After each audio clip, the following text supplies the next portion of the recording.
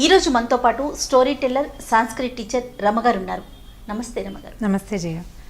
రమగారు, మనం ఒక్కొక్క టాపిక్ తీసుకొని అది పిల్లలకి తల్లులకి అన్వయించి దానికి సంబంధించి ఇంకొంచెం అంటే డెప్త్గా వెళ్ళటం కోసం ఒక స్టోరీని చెప్తూ ముందుకెళ్తూ వస్తున్నాం. అయితే అందులో భాగంగా ఈరోజు మనం టీనేజర్స్ గురించి మాట్లాడుకుందాం. తప్పకుండా జయ. అయితే టీనేజర్స్ని తీసుకుంటే కనుక చాలామంది పిల్లలు ఫ్రెండ్స్తో ఎక్కువ షేర్ చేసుకుంటారు, అన్ని విషయాలు చెప్తారు, అది తప్పైనా ఒప్పైనా. కానీ ఇంట్లో పేరెంట్స్ విషయానికి వచ్చేసరికి కొంచెం దాస్తూ ఉంటారు. అది కొన్ని సందర్భాల్లో విపరీత పరిణామాలకు దారితీస్తూ ఉంటుంది. అలాంటి పిల్లలు ఉన్నప్పుడు ముఖ్యంగా తల్లి ఎలా అర్థం చేసుకోగలగాలంటారు? అంటే ఎంత వయసు వచ్చినా తల్లులకి తమ పిల్లలు చిన్నపిల్లల్లాగానే కనపడతారు. ఇప్పుడు 13 అనుకుందాం, 12, 13 అంటే 13 ఏళ్ళు కదా. 13 అంటే 13 నుంచి 19 దాకా మనం టీనేజ్ అంటున్నాం. అయితే ఇదివరకటి కంటే ఇప్పటికి వచ్చిన తేడా ఏంటంటే ప్రీ టీన్స్ అని వచ్చేస్తున్నాయి. ప్రీ టీన్స్ ఎందుకు వస్తాయంటే ఈ టీనేజ్ కంటే ముందు అంటే 13 కంటే ముందున్నది కూడా 11, 12 సంవత్సరాలు కూడా చాలామంది పిల్లల్లో ఈ టీనేజ్ తాలూకు ఎఫెక్ట్స్ ముందు నుంచే వచ్చేస్తున్నాయి. ఆడపిల్లలో హెచ్చుగా కనిపిస్తోంది, మగపిల్లల్లో కూడా కనపడుతుంది. దీనికి కారణం ఏంటంటే మన ఆహారపు అలవాట్లు కావచ్చు, మన జీవన విధానం కావచ్చు. ఇదివరకటి కంటే ఇప్పుడు ఎక్కువగా మనం ప్రపంచాన్ని తెలుసుకునే విధానాలు పెరిగిపోయినాయి. 10 ఏళ్ళు రాగానే ఆడపిల్లలు మేకప్కి వాటికి దృష్టి పెట్టడం, మగపిల్లలు స్టైలిష్గా కనపడడానికి రకరకాల హెయిర్ స్టైల్స్ చేసుకోవడానికి, కొంచెం పెద్దవాళ్ళలాగా బిహేవ్ చేయడానికి ప్రయత్నిస్తూ ఉంటారు. అమ్మాయిలు బాగా కనపడతారు, అబ్బాయిలు కొంచెం తక్కువ కనిపిస్తారు. అయితే ఈ పిల్లల్లో వచ్చే ఈ మార్పుని ఫ్యాషన్గా తీసుకుంటున్నాం, కానీ ఇది వాళ్ళ లోపల నుంచి మార్పు వస్తోంది.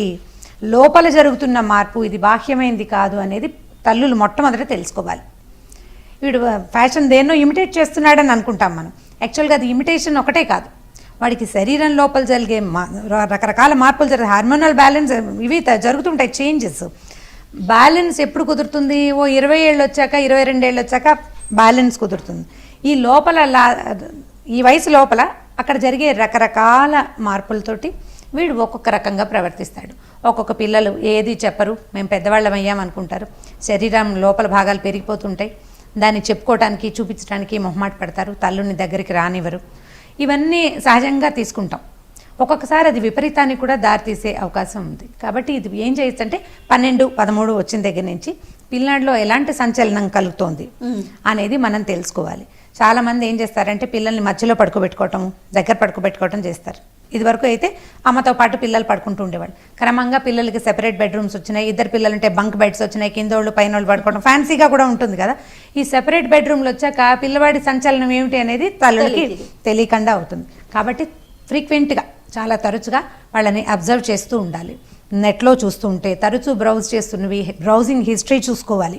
ఏం చూస్తున్నారు వీళ్ళు, ఏం తెలుసుకుంటున్నారు. ఒకవేళ ఏదైనా విపరీతంగా కనపడింది అనుకోండి మనకి, మనం ఏం చేయొచ్చు, అమ్మ ఇలాంటి మార్పులు సంభవిస్తాయి, ఇలాంటప్పుడు ఇట్లాంటి ఆకర్షణలు కలుగుతాయి, ఈ విషయాలకి కొంచెం దూరంగా ఉండాలి, ఇది న్యాచురల్ థింగే, ఏమి విపరీతమైన విషయం కాదని, నీలో జరిగే ప్రతి మార్పు నాకు తెలుస్తోందని తల్లులు ఓపెన్గా ఇప్పుడు మనం మాట్లాడుకుంటున్నట్టుగా మాట్లాడకూడదు, కానీ హింట్ చేస్తూ ఉండాలి పిల్లలకి. నీ దగ్గర ఒక మార్పు వచ్చింది, అది నాకు తెలిసింది. మళ్ళీ పబ్లిసైజ్ అందరికీ చూపించకూడదు, దాన్ని నలుగురు ముందు అనేయడము. అనేసరికల్లా పిల్లలు అసలు టీనేజ్లో ఎంత హార్టింగ్ చిన్న వాటికి అవమాన పడిపోతూ ఉంటారు. అంటే అవమానం, ఎవరి ముందైనా కేకలేస్తే కష్టం తోస్తుంది. చిన్నప్పుడు మూతి ముడుచుకుంటారు, కానీ 3 నిమిషాల్లో మళ్ళీ అమ్మ దగ్గరకు వస్తారు. ఈ పెద్ద వయసు వచ్చేసరికి అంటే ఈ టీన్స్ వచ్చేసరికి ఇంకా తల్లుల దగ్గరికి రాకుండా ఈ వీడితోటి ఇంతేనని తల్లుల నుంచి సెపరేషన్ని కోరుకుంటారు. దానికి మనం జాగ్రత్త ఎక్కడ పడాలంటే పిల్లల్లో వస్తున్న మార్పుని తల్లులు గమనించి తీరాలి. గమనించకపోతే మాత్రం దీన్ని మనం ఏమీ చేయలేకపోతాం. చేయి దాటిపోయిన తర్వాత వాడికి 15, 16 వచ్చాక పూర్తిగా ముదిరిపోయాక ఇంకా అప్పుడు మనం స్టార్ట్ చేస్తామంటే కుదరదు. ఇది ఆడపిల్లల్లో అయితే బాగా ప్రీటీన్స్ 10వ సంవత్సరం నుంచి చూడాలి, 10వ ఏటి నుంచి చూడాలి. మగపిల్లలని అయితే కొంచెం 12 దగ్గర నుంచి. కానీ ఇది ఏమంటారు, రాకెట్ పాటలాగా అందరికీ ఒకటే కాదు. మన పిల్లలు ఎవరి పిల్లాడు వాడిని చూసుకోవాలి. ఇప్పుడు చూడండి, ఒక్కో పాప చక్కగా అంత అన్నం తింటుంది, ఒక్కో పాప బలవంతంగా పెడితే ఇంతే తింటుంది. దాని పరిస్థితిని బట్టి కదా, అంటే వాళ్ళ మనస్తత్వాన్ని బట్టి మనం ఏ తల్లి వాడి తన తాలూకు సంతానాన్ని బట్టి వాళ్ళ మనస్తత్వాన్ని బట్టి బిహేవియర్ని బట్టి తెలుసుకుని ప్రవర్తించాలి. ఇందులో చదువుకున్న తల్లులు చదువుకోని తల్లులు ఆ తేడా ఏం లేదమ్మా. ఎందుకంటే చెడిపోయేది ఎవరి పిల్లాడైనా ఒకటే, పిల్లైనా ఒకటే. సింపుల్గా దారి తప్పిపోతారు. ఆ దారి తప్పే ముందే పేరెంట్స్ కొంచెం జాగ్రత్త పడి మాట్లాడాలి వాళ్ళతోటి ఫ్రీక్వెంట్గా. మళ్ళీ దీన్ని పెద్ద సంభాషణగా చేయకూడదు. మనం ఇంతసేపు లెంగ్దీగా మాట్లాడాం, ఈ లెంగ్దీ సంభాషణ పిల్లలతోటి చేయకూడదు. ఎక్కువ చేసిన కొందికి అయ్యోడికి తెలిసిపోయింది అన్నాక ఇంకా వాడికి భయం పోతుంది. ఎస్. తెలుస్తుంది అమ్మకి అర్థమైందన్న సిగ్గు భయము కలగాలి, ఎక్కువ తెలిసేసుకుంటుందేమో అన్న బెరుకు కలిగి కొంచెం చేస్తున్న చెడు పని నుంచి వెనక్కి రావాలి, మాట్లాడుతూ ఉండాలి. కళ్ళు వాళ్ళ మీద నుంచి తీయకూడదు. మన ఫ్యాషన్స్, మన ప్రపంచము, మన సీరియల్స్, మన సినిమాలు, మనం బయటికి వెళ్తాలు, మన క్యారియర్ అనుకుంటే ఇక పెద్దగా పిల్లలకి ఏం ఇంపార్టెన్స్ లేనట్టే. ప్రొఫెషన్, కెరీర్, ప్రొఫెషన్ దీంట్లో పడి ఉన్నామంటే ఇంకా పిల్లలకి ఏం ఇంపార్టెన్స్ లేనట్టే. ఇంక ఇవన్నీ తెలుసుకోవడం కూడా వృధానే కదా. కానీ ఇంత కష్టపడేది పిల్లల కోసమే కదా కదా, ప్రతి ఒక్కరం కూడా. ఎండ్ ఆఫ్ ద డే ప్రతి వాళ్ళకి పిల్లల కోసమే, మా అమ్మాయి కోసమే ఇంత ఉద్యోగం కష్టపడి చేశానని చెప్తారు. మరి నువ్వు చేయవలసిన అసలు పనిని మానేసి డబ్బు ఎంత సంపాదిస్తే ఏముంది జయ? పిల్లల ప్రవర్తన సరిగ్గా లేకపోతే దానివల్ల మనం ఎలాగూ బాధపడతాము, మరి వాళ్ళ సఫరింగ్, పిల్లలు అన్యాయం అయిపోతారు కదా. కేరింగ్గా ఖచ్చితంగా ఉండాలి. కొంచెం పని గంటలు తగ్గించుకోవాలి. అమ్మ ఒక్కతేనే నేను ఎప్పుడు చెప్పను జయ, దీంట్లో ఖచ్చితంగా నాన్నల పాత్ర ఉండి తీరవలసిందే. ఇప్పుడు తల్లుల దగ్గర ఒక రకమైన ఏమంటారు, చులకనగా ఉంటారు అమ్మలు పిల్లలకి కదా, ఈజీగా మనని తప్పించేసుకుంటారు. తండ్రుల దగ్గర కొంచెం భయపడతారు. అంటే కొంచెం చూసి చూడనట్లుగా వ్యవహరిస్తుంటాం, కొంచెం గారాబం చేస్తాము. అంటే పిల్లాడు కదా, చిన్నపిల్ల కదా, చిన్నపిల్లవాడని, వాడి 4 రోజులు పోయాక వాడే తెలుసుకుంటాడని అట్లా ఒకటి. తర్వాత ఏమో భర్త ఏమైనా కేకలేసినా తిట్టినా కొట్టినా సహించలేని తనం ఒకటి ఉంటుంది తల్లులకి. ఆ గుణంతో కూడా కొంత దాచిపెడతారు. దాచకుండా కొంచెం ముందు మన ఇద్దరం డిస్కస్ చేసుకుని, దీని అంతటికి ముందు భార్యాభర్త డిస్కస్ చేసుకోవాలి. ఇద్దరు చెరో పక్క నుంచి దాన్ని నరుకుంటూ రావాలి. చెరో పక్క నుంచి నరికి వస్తేనే కరెక్ట్ ప్లేస్లోకి వెళ్తారు. అప్పుడు పిల్లాడు అమ్మా నాన్న మన పట్ల కేరింగ్గా ఉన్నారని తెలుసుకుంటాడు. తర్వాత ఏమో వాడికి ఏదైనా ఇబ్బంది ఉంటే ఒక పిల్లవాడైతే కొంచెం నాన్నలతోటి షేర్ చేస్తారు, అమ్మాయిలు ఆడపిల్లలతోటి షేర్ చేస్తారు. మనకు తెలిసిందే 13 దాకా ఆడపిల్లలందరూ నాన్న పట్ల చాలా అట్రాక్టెడ్గా ఉంటారు అన్నిటికీ నాన్న. ఎందుకంటే అమ్మాయిలకి నాన్నే అన్నీ కొనిపెట్టేసి ముద్దు చేస్తాడు కాబట్టి. 13 వచ్చాకే అమ్మాయిలకి బాగా అమ్మ అవసరం తెలుస్తుంది. నేను ఎంతమందిని చూశానో జయ అట్లా 20 ఏళ్ల దాకా మా అమ్మకు బోరు, మా అమ్మకి ఏం తెలీదు, మా అమ్మాయి చాదస్తాం అనే పిల్లలు 20-22 వచ్చాక పూర్తిగా తల్లుల్ని ఇమిటేట్ చేస్తారు. అమ్మ చేసే రకపు వంట, అమ్మ కట్టుకునే రకపు చీరలు అన్నీ. తర్వాత అసలు 30 ఏళ్ళు వచ్చాక వాళ్ళని చూస్తే వాళ్ళ అమ్మని చూడక్కర్లేదు, సేమ్ డిట్టో అలాగే కనపడతారు. పిల్లలకు చెప్పేది కూడా విసుక్కున్న తల్లుల్ని ఎలా ఏ విషయాల్లో విసుక్కున్నారో అవే విషయాల్ని వీళ్ళు ఆటోమేటిక్గా తమ పిల్లల మీద ఇంపోజ్ చేస్తారు. ఇది చాలా సహజమైనగా జరిగేది. ఇంకా అందులో ఏమిటి జీన్స్ కారణంగా కాదు, అందులో మనం ఎవరూ ప్రత్యేకం కాదు. అదే నేనంతే, మా అమ్మ అంతే, మా తర్వాత వచ్చే తరం పిల్లలు కూడా అలాగే ఉంటాం.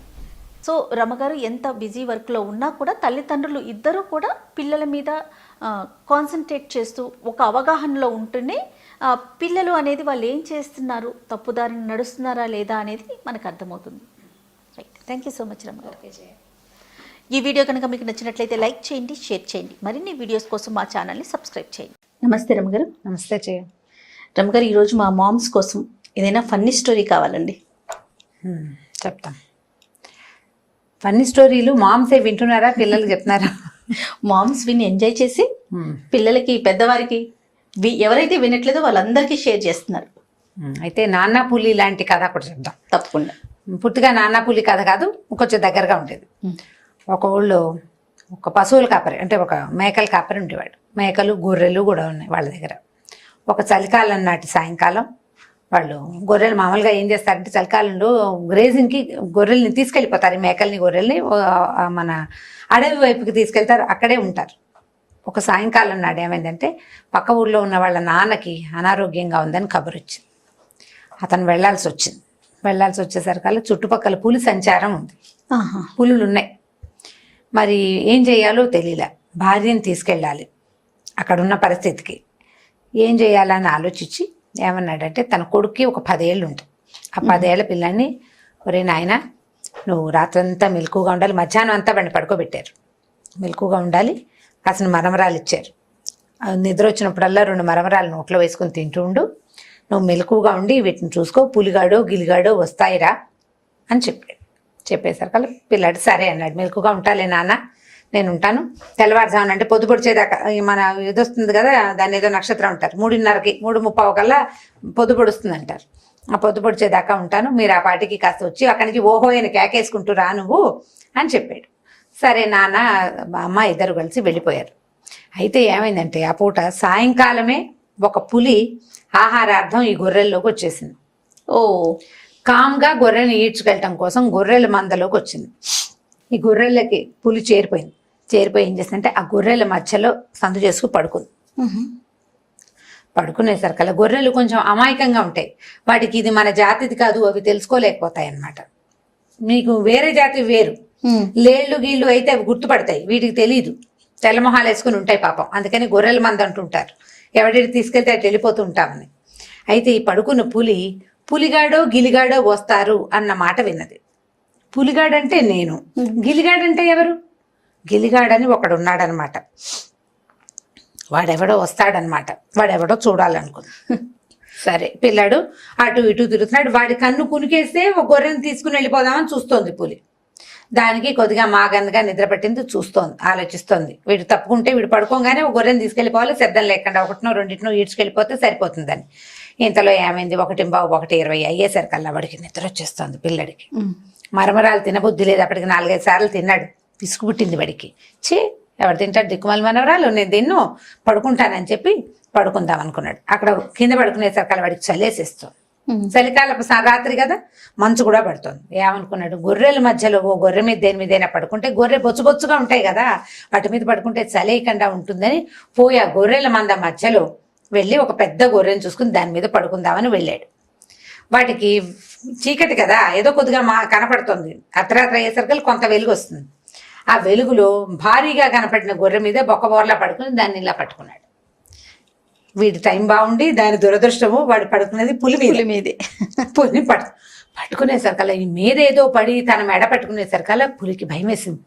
ఇదేమిటి గిలిగాడు అన్నాడు, వాడు వీడేనా? ఒకవేళ ఈ పైన పడుకున్నదే గిలిగాడేమోనని విదిలించుకోవడానికి ట్రై చేసింది. అది విదిలించుకుంటుంటే వీడు పట్టు బిగిస్తున్నాడు మెడకి. గొర్రె విదిలిస్తుంది, వీడు పడుకోవాలి కదా, ఏం లేదు అంటున్నాడు.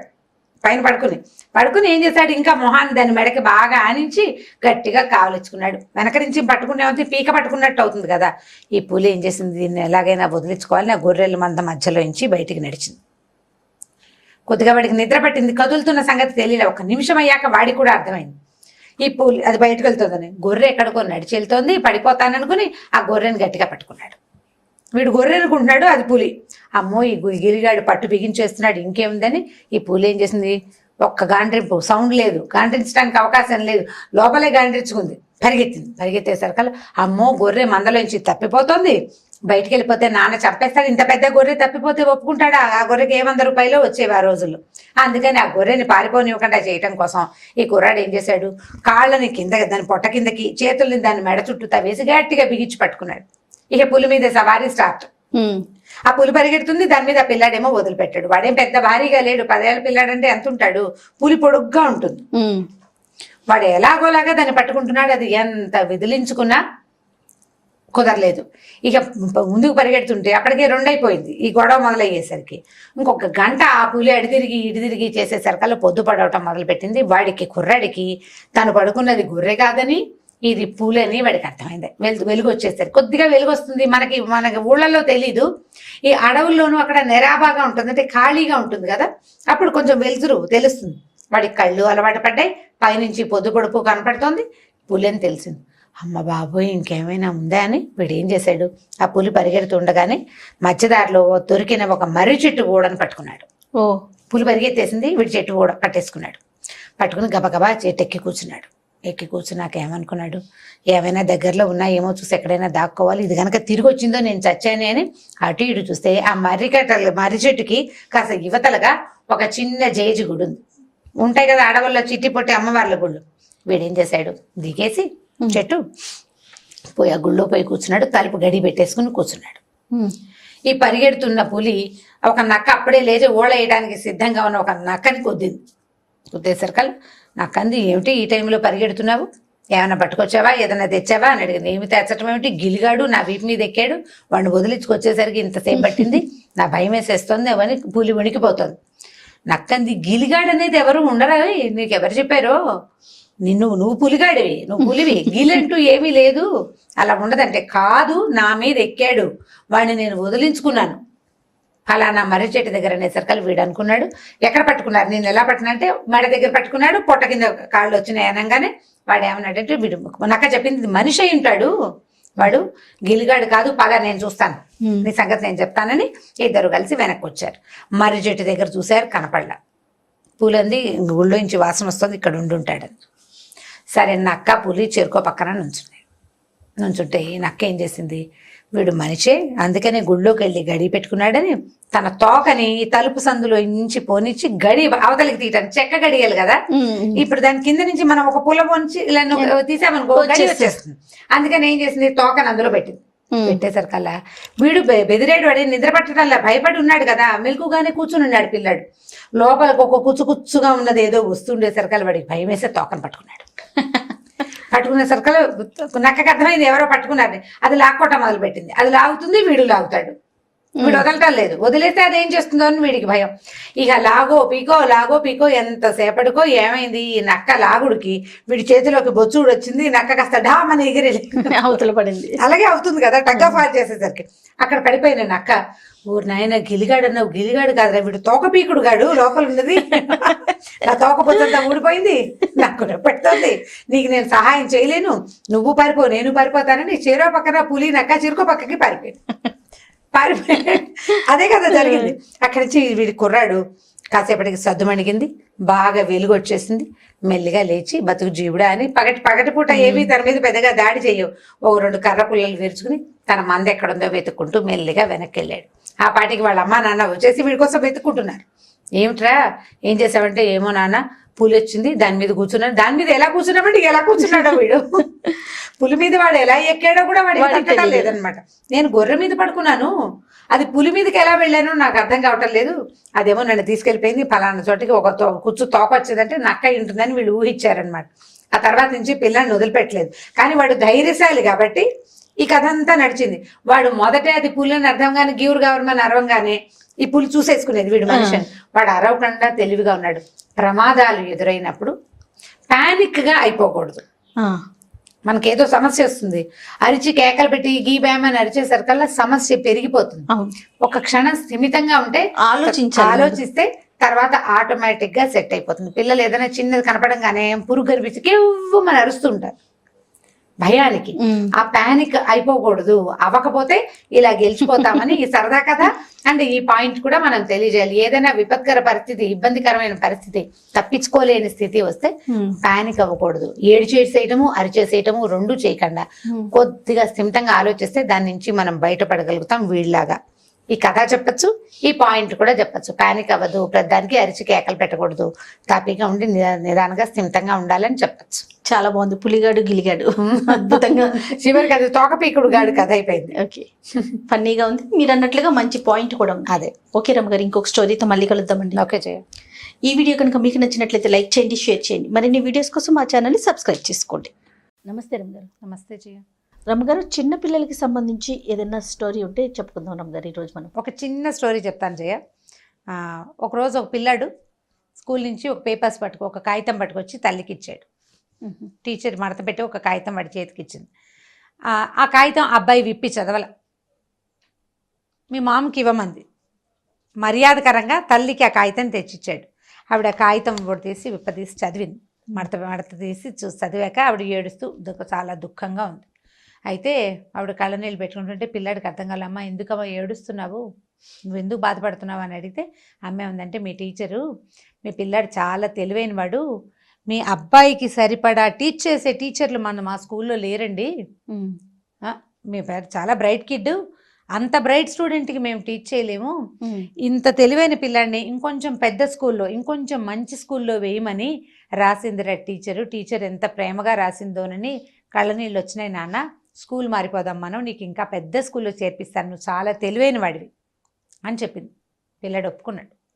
ఒప్పుకున్నాక కొంతకాలం అయింది, స్కూల్ మార్చారు, ఏదో చదువుకున్నాడు, ఏదో సక్సెస్ అయ్యాడు, బాగా ముందుకెళ్ళాడు, చాలా గొప్ప పేరు వచ్చింది అతనికి. అయితే ఒకసారి ఏమైందంటే, అతను ఇల్లు మారుస్తున్న క్రమంలో పాత పేపర్లు, జనరల్గా మనం పాత పేపర్లు పుస్తకాలు అవి ఇవి తీస్తాం కదా, ఒక పాత హ్యాండ్ బ్యాగులు, వాళ్ళ మదర్ హ్యాండ్ బ్యాగులు ఉన్న రకరకాల కాగితాలు తీస్తుంటే ఆ కాగితాల్లోంచి ఒక పాత కాగితం బయటపడింది. అది అతను అన్ని కాగితాలు ఓడదీసి ఏ కాగితం మీద ఇంపార్టెన్స్ తెలుసుకోవాలి కదా, ఈ పేపర్ ఊడ తీసినప్పుడు ఆ పేపర్లో మీ అబ్బాయి చాలా తెలివి తక్కువ వాడు, వీడికి మేము టీచ్ చేయలేకపోతున్నాము, ఈ పిల్లాడిని స్కూల్లో నుంచి తీసేయండి మా దయచేసి, అసలు ఏ స్కూల్లోనూ చేర్పించదు, వీడు స్కూల్లో చదువుకి పనికిరాడు మీ పిల్లవాడు అని రాసి సంతకం చేసి ఉన్న ఒక నోట్ అతను దొరికింది. ఆ కాగితం ఎక్కడిది అని అతను చూసుకుంటే అది చిన్నప్పుడు తనకి 10-12 ఏళ్ళు 11 ఏళ్ల వయసులో తనే వాళ్ళ అమ్మకి తెచ్చిచ్చిన కాగితం అని తన స్కూల్లో టీచర్ రాసిచ్చిందని అతనికి అర్థమైంది. టీచర్ రాసిచ్చింది మీ పిల్లాడు పనికిరాడు, వాడికి చదువు అక్కర్లేదు, స్కూల్ అక్కర్లేదు, మార్చేయండి, స్కూల్ వద్దు, వీడికి స్కూల్కి పంపించద్దు, వేస్ట్ అని రాయబడి ఉన్న కాగితం టోటల్గా మేము భరించలేము, ఎవరు భరించలేరు వీడిని రాసున్న కాగితం. వాళ్ళ అమ్మ అతనికి ఏం చెప్పింది, నువ్వు తెలివైన వాడివి, నీకు వేరే స్కూల్ కావాలి అని ఇంకో స్కూల్లో చేర్పించింది. ఆయన చాలా చాలా దుఃఖంగా చాలా బాధ వచ్చేసింది అతనికి, ఎంతో ఏడుస్తూ డైరీలో రాసుకున్నాడు అనమాట. థామస్ ఆల్వా ఎడిసన్ అని నేను లోకం దృష్టిలో పిచ్చివాడిని, కానీ మా అమ్మ దృష్టిలో నేను హీరోని, ఇప్పుడు ప్రపంచం దృష్టిలో నేను మేధావిని. ఆల్వా ఎడిసన్ని, థామస్ ఎడిసన్ని స్కూల్ వాళ్ళు రిజెక్ట్ చేశారట. అదే కదా తల్లి గొప్పతనం కదా రమ్మ. తల్లి రిజెక్ట్ చేయలా, తల్లులు రిజెక్ట్ చెయ్యరు, ఎలాగున్నా తీసుకుంటారు. ఆ రోజు అతనికి ఆ అవకాశం ముందుకు వెళ్లేందుకు భగవంతుడు ఒక అవకాశం ఇచ్చాడు, తల్లి పెద్ద అవకాశం ఇచ్చింది. స్కూల్ మార్చినప్పుడు బహుశా ఆవిడ కొంచెం స్పెషల్ స్కూల్లో వేసి ఉండొచ్చు, లేదా ఈ మార్చిన స్కూల్లో అతనికి ఒక బెటర్ టీచర్, అంటే కొంచెం అబ్నార్మల్గా ఉన్న కిడ్ని హ్యాండిల్ చేయగలిగే టీచరు దొరకటం భగవంతుడు ఇచ్చిన వరం అతనికి. ప్లస్ తల్లి ఇచ్చిన వరం చాలా పెద్దది. ఆ టీచర్ రాసిన ఉత్తరాన్ని నమ్మి ఆవిడ గనక అతన్ని స్కూల్ మాన్పించేసి ఉంటే మనకి ఎడిసన్ ఉండేవాడే కాదు. ఎడిసన్ ఆర్టిస్ట్ అని చెప్తారు, అతను ఆటిజంకి గురైన వాడు. ఆటిజం జబ్బు కాదు, అదొక పరిస్థితి. దాంట్లో లోటుపాట్లు ఎలా ఉంటాయో ప్లస్సులు కూడా కొన్ని ఉండేందుకు అవకాశం ఉంటుంది. వీళ్ళు కొన్ని నేర్చుకోగలుగుతారు, ఏది నేర్చుకోగలుగుతారో దాన్ని ప్లస్ చేసుకునేందుకు ప్రయత్నం చేయాలి పేరెంట్స్. ఏదైనా వైద్య సహాయం, థెరపీస్, రకరకాల థెరపీలు సరైన టైంలో యంగ్ ఏజ్లో చిన్న వయసులోనే కనుక ప్రయత్నం చేస్తే దాంట్లోంచి బయట, ఇప్పుడు ఆ పరిస్థితి అలాగే ఉంటుంది, వాడు పూర్తిగా నార్మల్ అయిపోయి హీరో అయిపోతాడని మనం అనుకోలేకపోతాం, కానీ వాడు తన జీవితంలో తన దారిని తను ముందుకెళ్ళే అవకాశం కొంత దొరుకుతుంది. మనం కూడా ట్రై చేయాలి, ఎడిసన్ వాళ్ళ అమ్మ ట్రై చేసినట్టుగా. అద్భుతం గారు, సూపర్. ఓకే జయ, ఈ వీడియో కనుక మీకు నచ్చినట్లయితే లైక్ చేయండి, షేర్ చేయండి. మరిన్ని వీడియోస్ కోసం మా ఛానల్ని సబ్స్క్రైబ్ చేసుకోండి. నమస్తే రమగారు. నమస్తే జయ. రమగారు, మనం పురాణ కథల గురించి మాట్లాడుకుంటున్నాం. లాస్ట్ వీడియోలో మనం శిబి చక్రవర్తి ఆయన గొప్పతనం మాట్లాడుకున్నాం. అంటే దానం ఇచ్చే విషయంలో మాటని నిలుపుకోవటం కోసం తన ప్రాణాలనే త్యజించారు, ఆ విషయం మనం మాట్లాడుకున్నాం కదా. మరి ఈ రోజు వీడియోలో మీరు మాకు ఏ విధమైన స్టోరీ చెప్తున్నారు? బలిచక్రవర్తి కథ చెప్తాను జయ. ఓకే. ఈ బలిచక్రవర్తిని మనం సంవత్సరంలో 1-2 సార్లు గుర్తు చేసుకుంటాం. బలిపాడ్యమి, దీపావళి వెళ్ళిన మరుసటి రోజుని బలిపాడ్యం అంటారు, అది గుర్తుపెట్టుకుంటాం. అది కాకుండా మనం ఏం చేస్తామంటే సంక్రాంతి పండుగలో 3వ రోజు కనుమ అంటాం కదా, కనుమ నాడు రథం ముగ్గేస్తారు కదా మీకు. ఆ రథాన్ని ఎక్కే బలిచక్రవర్తి వ్యాహ్యాళికి వస్తాడని, భూమండలానికి వస్తాడని, వచ్చి ఇక్కడున్న పంటల్ని వాటిని చూస్తాడని, భూమిని చూస్తాడని మన తెలుగు వాళ్ళ నమ్మకం. రథం వేసి తూర్పు నుంచి పడమరకు వెళ్తున్నట్టుగా దారి వేస్తాం. అవును కదా. ఈ తాడుని అలాగే తాడు చక్రాలు అవన్నీ మనం ఎందుకు చేస్తామంటే బలి ఆయన వచ్చి తెలుగునాట అన్ని వాకిళ్లలోని ఈ ముగ్గులు, ఈ రథం ఎక్కి దిగి, 2వ రథం ఎక్కి దిగి, 3వ రథం ఎక్కి, అట్లా అన్ని చోట రథాలు ఎక్కి దిగి మన తాలూకు పంటలు, మన సస్య సంపద ఎలా ఉంది, గో సంపద ఎలా ఉంది, ఆంధ్రదేశం ఎలా ఉంది చూడడానికి వస్తాడు. అంటే భారతదేశాన్ని చూస్తాడని పాత రోజుల్లో చెప్పేవాళ్ళు. ఇప్పుడు మిగిలిన జాతుల వాళ్ళు అన్ని స్టేట్స్ వాళ్ళు వేస్తున్నారో లేదో తెలియదు. మనం మాత్రం కనుమ పండుగని దానిగానే భావిస్తాం. పశువుల పండుగ అంటారు. ఆ రోజు గొడ్లకు కూడా చక్కగా కొమ్ములకి రంగులేసి వాటికి పసుపు కుంకాలు పెట్టి చేస్తాం. అయితే ఈ బలి చక్రవర్తి అవడానికి రాక్షసుడు. ఎలా అంటే హిరణ్యకశిపుడి కథ మనకందరికీ తెలిసింది. ప్రహ్లాదుడు హిరణ్యకశిపుడు కదా. ఈ ప్రహ్లాదుడు నరసింహావతారానికి కారణమైన వాడే ప్రహ్లాదుడు. ఆయనకు చాలా హరిభక్తి ఉంది, విష్ణు భక్తి ఎక్కువ. అతని కొడుకు విరోచనుడు, అతని పేరు. విరోచనుడి కొడుకు బలి తర్వాత వాడనమాట. అయితే ఈ బలి చక్రవర్తి పుట్టుకతోటి మరి రాక్షసుడే కదా, ఎందుకంటే హిరణ్యకశిపుడి మునిమనవడు కదా. అయితే ఇతను చాలా యజ్ఞయాగాదులు, ఇతను విష్ణువుకి వ్యతిరేకంగా ఉన్నట్టుగా ఎక్కడా చెప్పబడదు, అతను విష్ణు భక్తి కలిగిన వాడే. కానీ జన్మచేత రాక్షసుడు అవ్వటం వల్ల ఒక తీవ్ర ప్రకృతి అతని దగ్గర ఉంది. అతను ఏం చేసేవాడంటే ఈ దేవతల్ని వాళ్ళని యుద్ధం చేసి ఓడించి దాని కైవసం చేసుకునేందుకు ప్రయత్నమే చేస్తూ ఉండేవాడు. అయితే బలిచక్రవర్తికి ఒక 2 వెర్షన్లు ఉన్నాయి ఇందులో కూడా. ఏం చేశాడంటే అన్ని యజ్ఞాల తాలూకు అంటే ప్రపంచంలో ఉన్న వాళ్ళు చేసే వాళ్ళంతా భూముల మీద చేసే యజ్ఞాలు అన్ని ఫలితము విష్ణువుకే చెందాలి, ఇంకా ఏ దేవతలకి చెందనివ్వకూడదని బలవంత పెట్టాడని ఒక కథ చెప్తారు. మనం చెప్పుకునే కథలో ఏంటంటే ఇతను చాలా యాగాలు చేసేవాడు. యాగాలు చేస్తే ఏంటంటే 100 యాగాలు చేసిన వాడికి ఇంద్ర పదవి వస్తుందని ఒక ఇది ఉందన్నమాట. అంటే లెక్క ఇన్ని పూజలు చేసిన వాడికి ఇది మన పదవిలాగా అన్నమాట. ఇంద్ర పదవి రావాలంటే 100 యాగాలు చేయాలి. 100 యాగాలు చేసిన తర్వాత వాడికి ఇంద్ర పదవి వస్తుంది. ఇలాంటివి జరిగిన నహుషుడని ఒక ఆయనకి ఇంద్ర పదవి వచ్చింది ఇలా 100 యాగాలు చేసి. అయితే ఈ ఇంద్రుడు ఏం చేసేవాడంటే 90, 98, 99 చేశాక ఆ 100ది చేయనివ్వకుండా ఆపేవాడు. ఎందుకంటే పదవి పోతుందని మొదటిది. రెండోది ఏంటంటే ఇతను అసురుడు, జన్మచేత రాక్షసుడు కదా. సో దేవతలు అదితి తాలూకు సంతానానికే ఇంద్ర పదవి ఉండాలి కానీ దితి సంతానానికి దైత్యులకి అది ఉండకూడదని వాళ్ళు గట్టిగా పట్టుదలగానే ఉండేవాళ్ళు. దేవతలందరూ దానికి సహాయం చేసేవాళ్ళు. అయితే ఇతను ఏం చేశాడు, ఇన్ని హోమాలు చాలా యజ్ఞాలు అవన్నీ చేసేసాడు. చేసిన తర్వాత ఇతను ఇంద్ర పదవికి ఆశిస్తున్నాడు, ఇంద్రుణ్ణి తీసేయడానికి ప్రయత్నం చేస్తున్నాడు అని జనాలు తెలుసుకున్నారు. వీళ్ళు ఏం చేశారంటే విష్ణుమూర్తిని అడిగారు, అయ్యా ఇతను ఇంద్రుడి పదవికి రాకుండా ఏదైనా చెయ్యండి, ఏదో ఒక ప్రయత్నం చేయమంటే అప్పుడు అదితి కశ్యపులు వాళ్ళిద్దరూ కలిసి భార్యాభర్త విష్ణుమూర్తిని ప్రార్థిస్తే ఆయన ఏం చేశాడంటే నేనే మీకు సంతానంగా పుడతాను, అప్పుడు ఇతని సంగతి చూస్తానని చెప్పాడు. అప్పుడు అదితి తాలూకు సంతానంగా వామనావతారంలో విష్ణువు పుట్టాడు. వామనావతారం అంటే వామనుడు అంటే మనం జనరల్ కథల్లో అర్థం ఏంటంటే పొట్టివాడని, కానీ చిన్న పిల్లవాడే వటువు.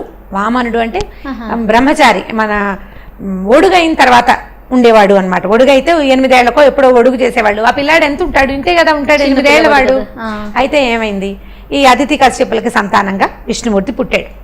అయితే పుట్టిన పిల్లవాడిని వాళ్ళు చాలా చక్కగా ముందుగా చూసుకుని కాస్త పెరిగాక అతనికి ఈ జాతకర్మలు అన్ని రకాల కర్మలు అయిన తర్వాత ఈ ఉపనయనం చేశారు. ఉపనయనం చేసిన తర్వాత ఉపనయనం చేశాక అప్పట్లో ఏం చేసేవాళ్ళు అంటే వాళ్ళు విద్యకి కానీ చదువుకోవడానికి గురువుల దగ్గరికి వెళ్ళిపోవడం. ఉపనయనం చేశాక 7 ఏళ్ల తర్వాత ఇక పిల్లని 8 ఏళ్ళు వచ్చాక ఉంచుకునేవాళ్ళు కాదు, ఎక్కడికో చోటికి పంపేసేవాళ్ళు. అట్లా ఈ అబ్బాయిని బయటికి వదిలిపెట్టారు, ఈ వామనుడిని. ఆ టైంకి మన బలిచక్రవర్తి 100వ యాగం చేస్తున్నాడు. 100వ యాగం చేస్తున్నాడు. ఆ యాగం కనుక పరిసమాప్తి అయితే ఇక అతనికి ఇంద్ర పదవే నెక్స్ట్. అక్కడి నుంచి ఆ రోజు మంచి బ్రహ్మాండంగా యాగం అవుతుంది. దానాలు పెద్దగా ఎవరేది అడిగితే అది ఇచ్చేస్తున్నాడు. ఇస్తుంటే ఈ పిల్లవాడు వెళ్ళాడు ఆయన దగ్గరికి. వెళ్ళేసరికల్లా చిన్నగా క్యూట్గా ఉన్న పిల్లాడిని చూసేసరికల్లా ఆయనకి సంతోషం వేసింది. బలికి మూడుగా నీకేం కావాలి అని అడిగేసరికల్లా ఈ అబ్బాయి ఏం చేశాడు, పిల్లాడు 3 అడుగుల నేల కావాలి నాకు, అంతకంటే ఎందుకు, నేను చిన్నవాడిని, జపం చేసుకోవటానికి సంధ్యావందనం చేసుకోవటానికి ఎక్కడైనా కూర్చుని నా తపస్సు నేను చేసుకోవటం కోసం 3 అడుగుల నేల ఇవ్వమని అడిగాడు. అడిగేసరికల్లా ఇతని పక్కన శుక్రాచార్యుడు రాక్షసుల తాలూకు గురువు. బలిచక్రవర్తి మరి వంశానికి గురువు, వాళ్ళ పక్కనే ఉంటాడు. ఇంత పెద్ద హోమం చేస్తుంటే ఇంత పెద్ద యాగాలు అవి చేస్తున్నప్పుడు యజ్ఞం చేస్తున్నాడు. హోమం, యాగం, యజ్ఞం ఇవన్నీ రకరకాలు అన్నీ నడుస్తున్నాయి, అన్ని రకాలు. పక్కనే ఈ గురువు గారు కూడా ఉన్నాడు. ఆయన వెంటనే ఇతడు రాక్షసాంతకుడైన హరి మామూలు వాడు కాదు, నువ్వు జన్మచేత రాక్షసుడివి, ఇతను నీ అంతు చూడ్డానికి వచ్చాడు. 3 అడుగులు అడిగి ఏం పెడతాడో కాబట్టి నువ్వు వద్దన్నాడు. దానం చెయ్యొద్దు, ఒప్పుకోవద్దు, చెయ్యనని చెప్పు అని చెప్పేసరికల్లా బలి అన్నాడు. ఇలా ఎలాంటి వాడు, వచ్చిన వాడు పోని విష్ణువే అనుకుందాం, మామూలు వాడు కాదు. దానికి మన భాగవతంలో, పోతన గారి భాగవతంలో పద్యాలు, అద్భుతమైన పద్యాలు ఉన్నాయి. ఏంటంటే ముందు మొట్టమొదట శ్రీసతి లక్ష్మీదేవి తాలూకు తలను ముట్టుకుంటాడు. తల మీద విష్ణువు చెయ్యి, భుజాల మీద చెయ్యి, ఆమె వస్త్రాన్ని ముట్టుకుంటాడు, ఆమెతోటి ఉంటాడు. ఈ చెయ్యి, అలాంటి చెయ్యి అంటే లక్ష్మీదేవిని, అంటే ఈ సంపదలన్నిటికీ మూలమైనటువంటి శ్రీదేవినే పట్టుకోగలిగిన చెయ్యి కింద నా చెయ్యి పైన అయితే దానికంటే ఇంకేమైనా గొప్పతనం ఉందా? నాకు ఇంకేం అక్కర్లేదన్నాడు. ఇంక ఏమీ అక్కర్లేదు. మీరు పద్యాలు అడుగుతారు జయ, ఈసారి భాగవత పద్యాలు వచ్చేసారి మనం చెప్పుకున్నప్పుడు అది చెప్తాను మీకు. ఇప్పుడు మనకి లెంగ్దీ అయిపోతుందని చెప్పట్లేదు. అలాంటి చెయ్యి కింద అయింది, ఈ ప్రపంచాన్ని అంతా నడిపే చెయ్యి, మామూలు చెయ్యి కాదు అది. అలాంటిది నా నుంచి దానం తీసుకుని ఆ చెయ్యి కింద అయ్యి నా చెయ్యి పైన అయితే ఇక నా జీవితానికి ఇంకేం అక్కర్లేదు, ఇదే చాలు, నేను ఏమైపోయినా పర్వాలేదని అతను ఏం చేశాడు, భార్య నీళ్లు పోయటానికి పూనుకుంది, చెయ్యి దానం ఇదిగో అని చేయబోయాడు. ఈయన ఏం చేశాడు, శుక్రాచార్యుడు వెంటనే సూక్ష్మ రూపం ధరించి కమండలంలోంచి నీళ్లు పడకుండా అడ్డం పడ్డాడు. ఆ పాత్రలో ఒక పాత్ర ఇట్లా ఉంచి పోస్తారు కదా నీళ్లు, దానం చేయాలంటే ఊరికే చేత్తో ఇవ్వటం కాకుండా ఇది నేను నీకు ఇస్తున్నానని ఈ చేతిలో నీళ్లు పోసి వదిలిపెడతారనమాట. ఈ నీళ్లు పక్కనున్న భార్య పోస్తుంది. ఈ కమండలం ఇది పట్టుకుని నీళ్లు పోయడానికి ధారా పాత్ర ఉంటుంది, నీళ్లు పడ్డానికి. ఆ ధార పడే దాని సన్న దాంట్లోకి ఈయన సూక్ష్మ రూపంలో వెళ్ళిపోయాడు. వెంటనే ఈ పిల్లవాడు ఏం చేశాడంటే ఏదో అడ్డం పడిందని ఒక దర్భ తీసి అందులోకి గుచ్చాడు. గుచ్చేసరికల్లా కంటికి గుచ్చుకుంది శుక్రాచార్యుడికి. అప్పటి నుంచి శుక్రాచార్యుడికి ఒక్క కన్నే ఉంది, రెండో కన్ను లేదని చెప్తారు పురాణాల ప్రకారమే అన్నమాట. ఆ కన్ను గుచ్చుకోగానే ఇంకేముంది, కంట్లో గుచ్చుకుంటే ఏమి చేయలేం, విలవిల్లాడుతూ అతను బయటకు వచ్చేసేయంగానే ఈ పాత్రలోంచి నీరు పడిపోయింది. నీరు పడి ఇతని చేతిలోకి వచ్చేసింది, వామనుడి చేతిలోకి. 3 అడుగుల నేలని అతను దానం చేసేసాడు ధారాళంగా. సరే ఈయన ఏం చేశాడు, తీసుకోని ఆయన నీకు ఎక్కడ కావాలంటే 3 అడుగుల నేల అన్నాడు. ఈ నుంచున్న పిల్లవాడు గొడుగు వేసుకుని నుంచున్నాడు, చిన్న పిల్లక చక్కగా ఉన్నట్టుండి పెరిగాడు మా పైకి. ఎలా పెరిగాడంటే భూమండలం అంతటిది ఒక్క కాలు, ఒక్క పాదం, ఒకటే పాదం. అక్కడి నుంచి 2వ కాలు ఎత్తాడు, దాన్ని త్రివిక్రమావతారం అంటారు. ఈ 2వ పాదం ఎత్తి పైకి ఆకాశానికి పెట్టాడు. ఆకాశం మొత్తం అంతా ఒకటే పాదం. అప్పుడు అడిగాడు, భూమండలం నువ్వు మొత్తానికి రాజువి, భూమండలానికి ఓ పాదం, ఆకాశానికి 2వ పాదం, అంటే 1 అడుగు కింద 2వ అడుగు పైన, 3వ అడుగు ఎక్కడ పెట్టను, 3వ అడుగు ఎక్కడి నుంచి ఇస్తావు నాకు దానం అని అడగంగానే బలి నిలబడి ఉన్నవాడు వినమ్రంగా కింద నుంచి ఇక్కడ పెట్టు, ఇది తీసుకో, ఇది ఇంకా నాది, నాకు మిగిలింది ఇది ఒక్కటే, అంతా అయిపోయింది, భూమి అంతా ఆక్రమించేసావు, ఆకాశం అంతా ఆక్రమించేసావు, భూమి ఆకాశాలు అయిపోయాక ఇక మిగిలిన వాడిని నేను, దీని మీద పెట్టిన ఆయన అని చెప్తే 3వ పాదాన్ని బలి నెత్తి మీద పెట్టేసరికల్లా ఇంత మహాపాదం విష్ణువు అతన్ని సహించడం, అతన్ని భరించడం ఎవరి వల్ల అవుతుంది? ఈ పాదంతో అతను కిందకి వెళ్ళిపోయాడు పాతాళంలోకి. బలి చక్రవర్తిని పాతాళానికి పంపించేశాడు. ఇక అతను యాగము హోమం ఏమీ చెయ్యడు, కిందకి వెళ్ళిపోవటమే, భూమి ఆకాశాలతో అతనికి పనే లేదు. అప్పుడు ప్రహ్లాదుడు తన మనవడి కోసమని వచ్చాడు. అయ్యా నేను నీ భక్తుడిని, నా మనవడు ఇట్లా అయిపోయాడంటే ఏం పర్వాలేదు, పాతాళ రాజ్యానికి రాజు ఇతను. బలి చేసిన ఈ దాన విశేషం వల్ల విష్ణువుకే దానం చేయగలిగిన ప్రతిభ ఉన్నవాడికి, వాడికి వెళ్ళలేమిటి, ఇంకా వాడి ప్రతిభకి ఏమీ లేదు. అలాంటి వాడికి ఇక ఎక్కడా అడ్డం లేదు. ప్రతి సంవత్సరము అతను పైకి రావచ్చు, భూమండలాన్ని చూసుకుని వెళ్ళొచ్చు. ఈ పాతాళ లోకానికి పూర్తి స్థాయి రాజుగా అతన్ని చేస్తున్నానని పాతాళాన్ని బలికి అప్పచెప్పాడు విష్ణుమూర్తి. ఇప్పుడు ఈ దీంట్లో ఎప్పటిదాకా అతనికి స్వర్గాధిపత్యము లభించే అవకాశం ఉంది కదా. పాతాళాన్ని ఏం చేసుకుంటాడండి, స్వర్గం పోగొట్టుకున్నాడు అని అనడానికి వీల్లేదు. స్వర్గాన్ని పోగొట్టుకుని పాతాళాన్ని తీసుకున్న బలి విష్ణుమూర్తికి దానం చేసిన వాడిగా ప్రఖ్యాతి పొందాడు, పేరు ప్రఖ్యాతులు సంపాదించాడు. శ్రీ మహావిష్ణువే కింద చెయ్యి పెట్టి దానం తీసుకున్నాడు బలి దగ్గర. ఇప్పుడు చేసిన దానం ఇచ్చిన వాడు గ్రేట్ కదా, తీసుకున్నవాడు ఎంత అద్భుతమైన వ్యక్తి అయినప్పటికీ వాడి మీద ఇప్పుడు ఎప్పుడైనా సరే ఇచ్చిన వాడు ఎప్పుడూ గ్రేట్. కాబట్టి విష్ణువునే తన తాలూకు దానంతో జయించిన బలిని ప్రపంచం ఎప్పుడు గుర్తుపెట్టుకుంటుంది. అతని పేరుతో మనం రకరకాల పాడ్యములు ఉన్నాయి కదా, ప్రతి నెల మనకి 2 పాడ్యములు వస్తాయి, శుక్ల పాడ్యమి, కృష్ణ పాడ్యమి. ప్రతి నెలలోనే అంటే అమావాస్య తర్వాత రోజు ఒకటి, పౌర్ణమి తర్వాత రోజు ఒకటి. అమావాస్య వెళ్ళగానే ఒక ఫస్ట్ డే స్టార్ట్ అవుతుంది, అంటే పౌర్ణమికి ముందు అదొక పాడ్యం వస్తుంది. ఈ పాడ్యం నుంచి వరుసగా విధియ తదియ వరుసగా పౌర్ణమి దాకా 15 రోజులు కదా. పౌర్ణమి వెళ్ళిపోయిన మరుసటి రోజుని కృష్ణ పాడ్యమి అంటారు, అదొక పాడ్యం. దీపావళి అమావాస్య వెళ్ళిన మరుసటి రోజు వచ్చే పాడ్యమిని బలిపాడ్యమిగా, బలి తాలూకు లక్షణ దీనికి గుర్తు కోసం అప్పుడు ఆయనని పూజిస్తారు. మన తెలుగు క్యాలెండర్లలో బలిపాడ్యమి అని కనపడుతుంది కూడా. మనం అప్పటి నుంచి ఇప్పటిదాకా అది జరుపుకుంటూనే ఉన్నాం. కనుమ పండుగ నాడు బలి ఉత్సవం చేస్తూనే ఉంటాం. అది బలి చక్రవర్తి స్టోరీలు చెప్పడం వల్ల మన ఇతిహాసాలు వాటి యొక్క గొప్పతనం అది ఇతిహాసం తెలియాలి కదా, పురాణాలు తెలియాలి. ఒక గ్రేట్ థింగ్, ఒక రాజుని ఓడించడానికి భగవంతుడు స్వయంగా దిగి వచ్చి లోక కళ్యాణార్థం శంఖ చక్రాలు ఆయనకున్నటువంటి 5 ఆయుధాలు ధరించి భార్యామణిని పక్కన పెట్టుకుని అలా రాలేదు. అలా రాకుండా అతనిని మోసపుచ్చడానికి ఒక చిన్న బాలుడి వేషంలో వచ్చి ఈ దానాన్ని తీసుకున్నటువంటి ఈ విచిత్రమైన కథని పిల్లలకి చెప్పచ్చు. థ్యాంక్ యూ సో మచ్ రమగారు. Thank you. ఈ వీడియో కనుక మీకు నచ్చినట్లయితే లైక్ చేయండి, షేర్ చేయండి. మరిన్ని వీడియోస్ కోసం మా ఛానల్ని సబ్స్క్రైబ్ చేయండి. నమస్తే రమగారు. నమస్తే జయ. రమగారు, పంచతంత్ర కథలు అనగానే పిల్లలు చాలా ఇంట్రెస్ట్ చూపిస్తారు, అందులో ఒక నీతి కూడా ఉంటుంది. సో ఈరోజు ఒక పంచతంత్ర కథ చెప్పుకుందామండి. ఎవరితో ఫ్రెండ్షిప్ చేయాలి అనే దాని మీద ఒక కథ చెప్తాం. అయితే ఇది చాలా పాత కథ జయ. ఇది ఫెమిలియర్ కథ అవ్వడానికి కూడా అవకాశం ఉంది. చాలామందికి తెలుసుంటుంది ఈ కథ, మీకు తెలుసో లేదో మరి. అంటే ఇప్పుడు వ్యక్తులు తమలాంటి ఇవి ఉన్నవాళ్ళే, అంటే ఒకటే జాతి వాళ్ళతో స్నేహం చేయాలి, ఒకటే కులం వాళ్ళతో, కులం అనకూడదు దీన్ని, ఈ కులం బ్యాడ్ వర్డ్, సేమ్ మనలాంటి వాళ్ళతో, కమ్యూనిటీ అంటే ఒకే తెగకి చెందిన వాళ్ళతోటి స్నేహాలు చేయాలి. వేర్వేరు తెగల వాళ్ళతోటి స్నేహం చేసినప్పుడు అప్పుడప్పుడు ఎక్కువగా అది ఫెయిల్ అవ్వడానికి అవకాశం ఉందని చెప్పే పంచతంత్ర కథ ఇది. అయితే పంచతంత్ర కథలు చెప్పే నాటికి ఇది చాలా పురాతనమైన పద్ధతి కదా, 500-600 సంవత్సరాల క్రితం కథలు ఇవి. అప్పటికి మనుషుల్లో కూడా ఇలాంటి జాతి వ్యవస్థ అది స్పష్టంగా ఉందో లేదో మనకి పెద్దగా అవగాహన లేదు. కుల వ్యవస్థ ఖచ్చితంగా ఉంది, చాతుర్వర్ణాలు ఎవరి పని వాళ్ళ నుంచి వాళ్ళు చేసుకునే విధానం ఉన్నదే అనమాట. అలాంటప్పుడు రాజుగారి అబ్బాయిలకి విష్ణు శర్మ చెప్పిన కథలు ఇవి, ఓ 4 రాజకుమారులకి చెప్పారు. అయితే ఎవరితో ఫ్రెండ్షిప్ చేయాలంటే మంచి చెడు తెలుసుకుని స్నేహం చేయాలి, మూర్ఖులతోటి స్నేహం చేయకూడదు. తర్వాత మన స్వజాతి కానివాడు, అంటే ఒక శాకాహారి మాంసాహారి స్నేహం చేయకూడదన్న నీతి కూడా అందులో ఉంది. ఈ శాకాహారి మాంసాహారి అంటే జంతువుల్లో ఉంటాయి కదా, కొన్ని జంతువులు శాకాహారులుగానే ఉంటాయి. పెద్దదైన ఏనుగు ఒట్టిగా ఆకుల అలవలు తిని బతుకుతుంది. అవును, దానికి అంత శరీరం ఎలా పెరుగుతుందో ఆకుల అలవలతోటి మనకి తెలుసు, దాని పుటకే అది. కోతులు మంకి అవన్నీ కూడా శాకాహారులు, ఏళ్ళని ఇవన్నీ. ఇప్పుడు మాంసాహారులు అనేసరికల్లా నీళ్లలో ఉండేవి మాంసాహారులే, పక్షులన్నీ మాంసాహారులే, పెద్ద జంతువులు అంటే నక్క తోడేలు లాంటి సాధారణ జంతువుల నుంచి హైనాలు ఇవి కాకుండా పులుడు, సింహాలు మాంసాహారు, ఇవన్నీ మాంసాహారులు.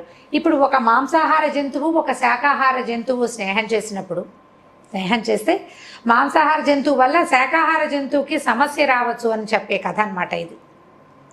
ఇదేంటంటే ఒక కోతెట ఒక చెరువు పక్కన ఉన్న, ఒక నది పక్కన ఉన్న మామిడి చెట్టు మీద ఉండేది. మామిడి చెట్టు మీద హాయిగా రోజు ఏవో అంటే సీజన్లో ఎండాకాలంలోనే కదా మామిడి పళ్ళు వచ్చేది, అది మార్చి నుంచో మొదలవుతాయి. ఈ నదుల పక్కన ఉన్న చెట్లు త్వరగా పూస్తాయి అండ్ ఎక్కువ కాలం ఫలిస్తాయి. పుష్పించడము తొందరగా ఉంటుంది, ఫలించడము ఎక్కువ కాలం ఉంటుంది, ఈల్డ్ ఎక్కువ ఉంటుంది కదా నీటి యువక ఉండేసరికి. అయితే ఈ మామిడి చెట్టు మీద ఉండే కోతి అది మార్చి నుంచి, అంటే మనకి ఇక్కడ పచ్చకాయలు వచ్చే టైంకి దానికి పళ్ళు వచ్చేసేవి. ఆ పళ్ళు తింటూ ఉండేది మార్చి నుంచి, అట్లా ఎండాకాలం వెళ్ళేదాకా మళ్ళీ ఇంచుమించు ఆషాఢం శ్రావణం వచ్చేదాకా మామిడి పళ్ళు తినేది.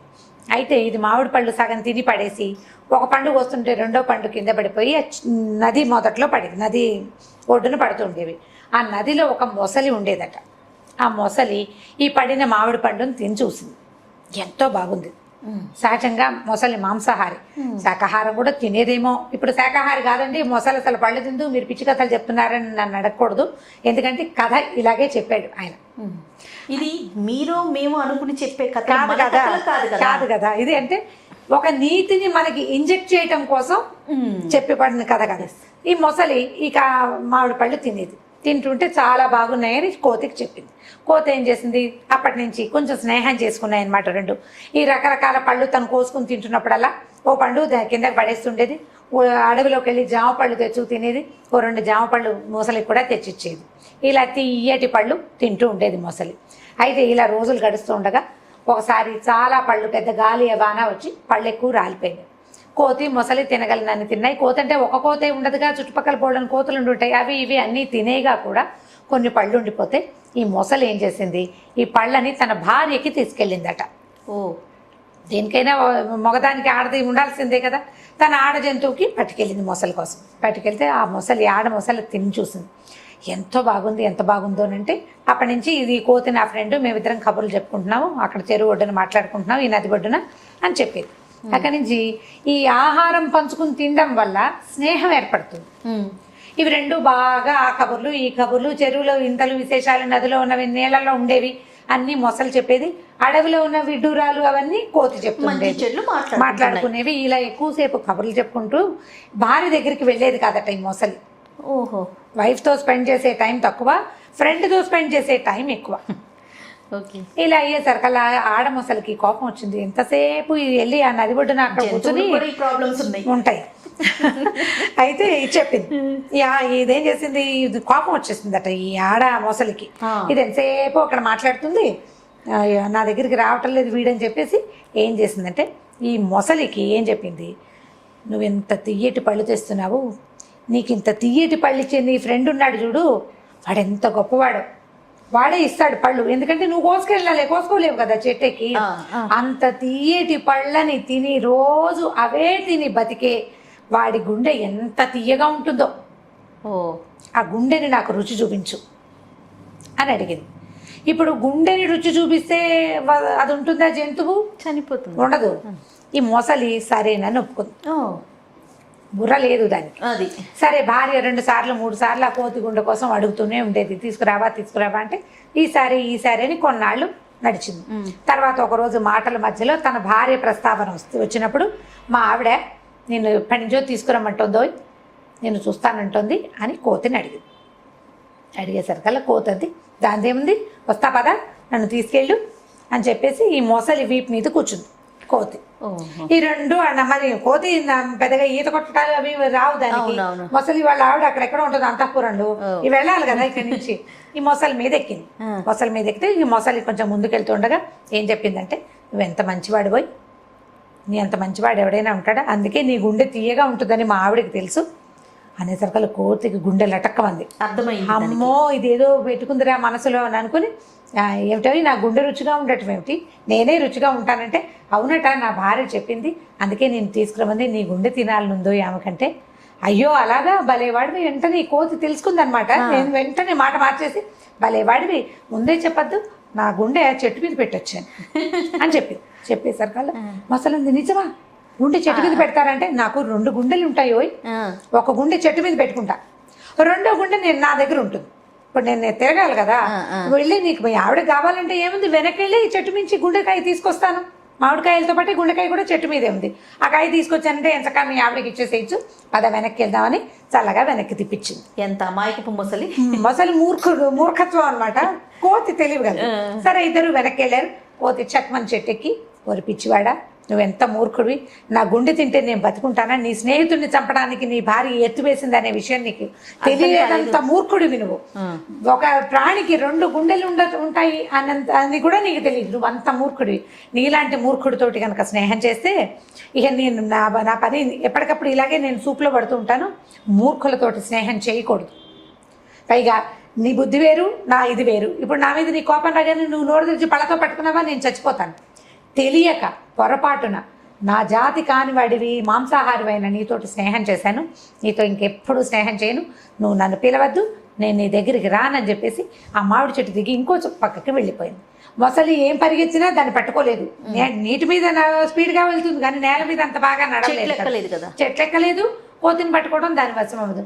అయ్యో నీ తల బాదుకుని ఈ భార్య మాటలకి ప్రలోభపడి అనవసరంగా అమ్మాయి ఏదో ముద్దుగా చెప్పిందని అనుకున్నాను కానీ నా స్నేహితుడిని దూరం చేస్తుందని నేను అనుకోలేదు. ఇలాంటి తెలివి తక్కువ పని చేసినందుకు వృధాగా స్నేహాన్ని పోగొట్టుకున్నానని బాధపడుతూ మొసలి వెనక్కి వెళ్ళిపోయింది. ఇంకా ఎప్పుడు కోతులు నీటిలో ఉన్న జంతువుల జోలికి వెళ్ళలేదట ఆ తర్వాత. దీంట్లో నీతి ఏంటంటే, స్నేహితుల నుంచి దూరం చేయడానికి భార్యలు కూడా ప్రయత్నిస్తారు అనేది ఒక నీతి ఒకటి. తర్వాత మన జాతి కనబడంటే మనలాంటి లైక్ మైండెడ్ పీపుల్ తోటే స్నేహం చేయాలి, కానీ జాతి అంటే ఇందులో వెంటనే వేరే అర్థాలు వచ్చేస్తాయి. అంత విపరీత అర్థం ఏం లేదు. లైక్ మైండెడ్ పీపుల్ తోటి, ఒకటే రకమైన ఆహార విహారాలు ఉన్న వాళ్ళతోటి స్నేహం చేయాలి. ఇప్పుడు మనం చూడండి, ఈ ఇంటర్నెట్లో ఫ్రెండ్షిప్, ఇప్పుడు ఫేస్బుక్ ఫ్రెండ్షిప్ చేస్తారు. ఈ ఇండియాలో ఉన్న అమ్మాయి ఫారెన్లో, సౌదీ అరేబియాలో ఎక్కడో ఉన్న అబ్బాయి, వీళ్ళిద్దరికీ ఫ్రెండ్షిప్. వాడు ఏదో చెప్తాడు, నాకు 30,000 కావాలి, 25 లక్షలు కావాలి, 20 లక్షలు కావాలి, 5 లక్షలు కావాలంటే వాళ్ళని నమ్మి అకౌంట్లలో వేసేస్తున్నారు డబ్బులు. అవునండి. ఇప్పుడు వాడెవరో జాతి, నేనెవరో జాతి అనే ఇంగితం ఉండడం లేదు. ఇప్పుడు మన దగ్గర లోకల్ జాతుల గురించి కాకుండా ఇలా విపరీతపు జాతుల గురించి జాగ్రత్త పడాలి కదా, జాగ్రత్త పడాలా. సో ఇలాంటి వాటిని స్నేహం చేసేటప్పుడు ఎలాంటి వాళ్ళతోటి స్నేహం చేయాలి. పైగా ఆల్రెడీ దెబ్బతిన్న వాళ్ళని మనం పేపర్లలో చూస్తాం, మన యూట్యూబ్ ఛానల్స్లో కూడా కనపడుతుంటాయి. అసలు సోషల్ మీడియాలో ఒక పెద్ద దుమారంలాగా రేగుతుంది. అవునండి. మళ్ళీ అదే పని ఎందుకు చేస్తారో జనాలు అర్థం కాదు. మళ్ళీ అవే పని చేస్తారు. ప్రతి వారం 10 రోజులకు ఒకసారి ఓ అబ్బాయి మోసపోయాడు లేదా ఓ అమ్మాయి మోసపోయింది దూరపు స్నేహాల వలన. ఫేస్బుక్లో ఫ్రెండ్షిప్, ఫేస్బుక్లో నాకు వచ్చింది, ఎవరో వచ్చారు, ఓ రిక్వెస్ట్ పెట్టాం, ఓకే అన్నాం, బాగానే ఉంది. ఎందుకు ముందుకెళ్తావు, వాడు ఏదో పెట్టాడు బాగుందను, దాని మీద ఎందుకు ముందుకెళ్తావు, ఎందుకు ముందుకెళ్ళాలి? నీకు ఇంకా మాట్లాడడానికి మనుషులు లేరా? మెషిన్లతో ఎందుకు మాట్లాడాలి? ఎప్పుడు ఫోన్లోనో లేకపోతే ట్యాబ్తోనో కంప్యూటర్తోనో ల్యాప్టాప్తోనో ఉంటే మనం మానవ సంబంధాలని మెషిన్ల ద్వారా ముందుకు తీసుకెళ్ళేసరికి మనకి తెలియకుండా పోతుంది. అదే నువ్వు నీ పక్క ఇంటి వాడితోటి ఫ్రెండ్షిప్ చెయ్యి, వాడి తరహా ఏమిటో, వాడి వేషం, వాడి రకం మీకు కనపడుతూ ఉంటాయి కదా కంటికి, అప్పుడు వదిలేయచ్చు మొదటి. ఇప్పుడు వేరే దేశంలో ఉన్నవాడితో స్నేహం చేసేటప్పుడు వదిలేసే అవకాశానికి నీకు అవకాశం ఏది వదిలేయడానికి తెలియదు, నీకు అర్థం కాదు. అసలు మంచో చెడో తెలియదు కదా. మంచో చెడో తెలియదు. నీకు లైవ్గా చూడని దాన్ని ఎలా నమ్ముతాం? మనం నమ్మలేకపోతాం. ఈ విష్ణు శర్మ చెప్పిన ఏనాడో చెప్పిన పంచతంత్ర కథలు ఇప్పటికీ అప్లై అవుతున్నాయి జయ. ఇప్పటికీ తెలివి తక్కువగానే ఇప్పటికీ మోసపోతూనే ఉన్నారు జనం.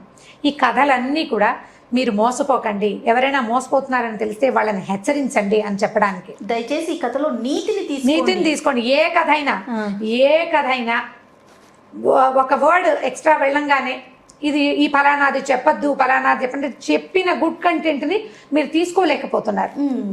ఇది ఫలానా మాట అనకూడదు అన్న ఉద్దేశంలో ఉండకుండా ఉండండి, ఒక తెలియచేయండి. అంత ఎక్కువ తీవ్రంగా దాన్ని తీసుకోవద్దు.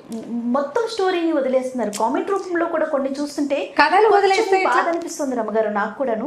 ఎందుకంటే ఇప్పుడు ఒక జాతి అనేది ఒకటి, అంటే అది కథలో ఉన్న విషయం మనం చెప్తున్నాం. అది ఒక రమ్మగారు లేదా ఒక జయానో క్రియేట్ చేసింది. అంటే ఇప్పుడు దాకా చెప్పిన మొత్తం కథలన్నీ కూడా నేను చదివినవే గానీ వీటిలలో ఒక్కటి కూడా సొంత కథ కాదు, నేను రాసిన కథలు కాదు కదా. కాదు, ఇప్పుడు నేను రాసిన కథలు నేనే చెప్పిందంటే నేను ఒక్కదాన్నే కనుక చెప్పిన కథలు, నేను మాట్లాడినవి, అవి నా సొంత భాష. ఒక చిన్న కంటెంట్ని తీసుకుని దాని మీద నేను అల్లింది తప్ప అది ఏది నా సొంతం కాదు. ఇప్పుడు కథలు మహామహులు రాసినవి, పెద్దవాళ్ళు ఎప్పటి కథలు వదిలేస్తున్నారు. ఈ వర్డే రాంగ్, ఇదే ఎందుకు తీసుకొస్తున్నారంటే మీరు దయచేసి కొంచెం బ్రాడ్ మైండెడ్ గా ఆలోచించండి. అంటే ఇప్పుడు కథను తీసుకోవాలి, ఇది కథనే తీసుకోవాలి. ఇప్పుడు జాతి గురించి అంటే జాతులు బయట వాళ్ళతో స్నేహాలు చేయడం ఎప్పుడు సేఫ్ కాదు. మనుషుల్ని చూసినప్పుడు స్నేహాలు తప్పకుండా. మనం అమెరికా వెళ్ళాం, అమెరికన్స్తో ఫ్రెండ్షిప్ చేయొచ్చు, వాళ్ళకి లైవ్గా వాళ్ళు మనకి కనపడతారు కదా. ఈ కథలో అయితే అదే ఫ్రెండ్షిప్ వరకు ఆగితే ఏదైనా వెళ్ళనుకుంటండి, అదే ఎక్కడైనా మంచి. అది ఎక్కువ వెళ్ళకూడదు, ఎక్కువ వెళ్ళకుండా జాగ్రత్త పడితే బాగుంటుంది. రైట్, థ్యాంక్ యూ రమ్మగారు. ఓకే జయ. ఈ వీడియో కనుక మీకు నచ్చినట్లయితే లైక్ చేయండి, షేర్ చేయండి, మరిన్ని వీడియోస్ కోసం మా ఛానల్ని సబ్స్క్రైబ్ చేసుకోండి. నమస్తే రమ్మగారు. నమస్తే జయ. రమ్మగారు, పిల్లలు కొట్టుకున్నప్పుడు ముందు వాడు మాట్లాడితేనే నేను మాట్లాడతానని అట్లా అనుకుంటూ ఉంటారు. తర్వాత మనం ఏదైనా పని చెప్పామనుకోండి, ముందు తను చేస్తే నేను చేస్తానంటారు. ఏదైనా పంతం పెట్టుకుంటూ ఉంటారనమాట. ఎదుట మనిషి చేస్తేనే నేను చేస్తానని, వాళ్ళు నవ్వితేనే నేను నవ్వుతాను, వాడు నవ్వలేదు కదా నేను ఎందుకు నవ్వాలి అని అట్లా ఫీల్ అవుతూ ఉంటారు. పిల్లలు ఏమిటి, పెద్దవాళ్ళు కూడా, భార్య భర్తలు కూడా అంతే కదా. సారీ ఎవరు ఫస్ట్ చెప్పాలనే దాని మీద బోల్డ్ డిస్కషన్ అవుతుంటుంది. నువ్వు ఫస్ట్ నువ్వే మొదలెట్టావు కాబట్టి నువ్వే సారీ చెప్పాలి.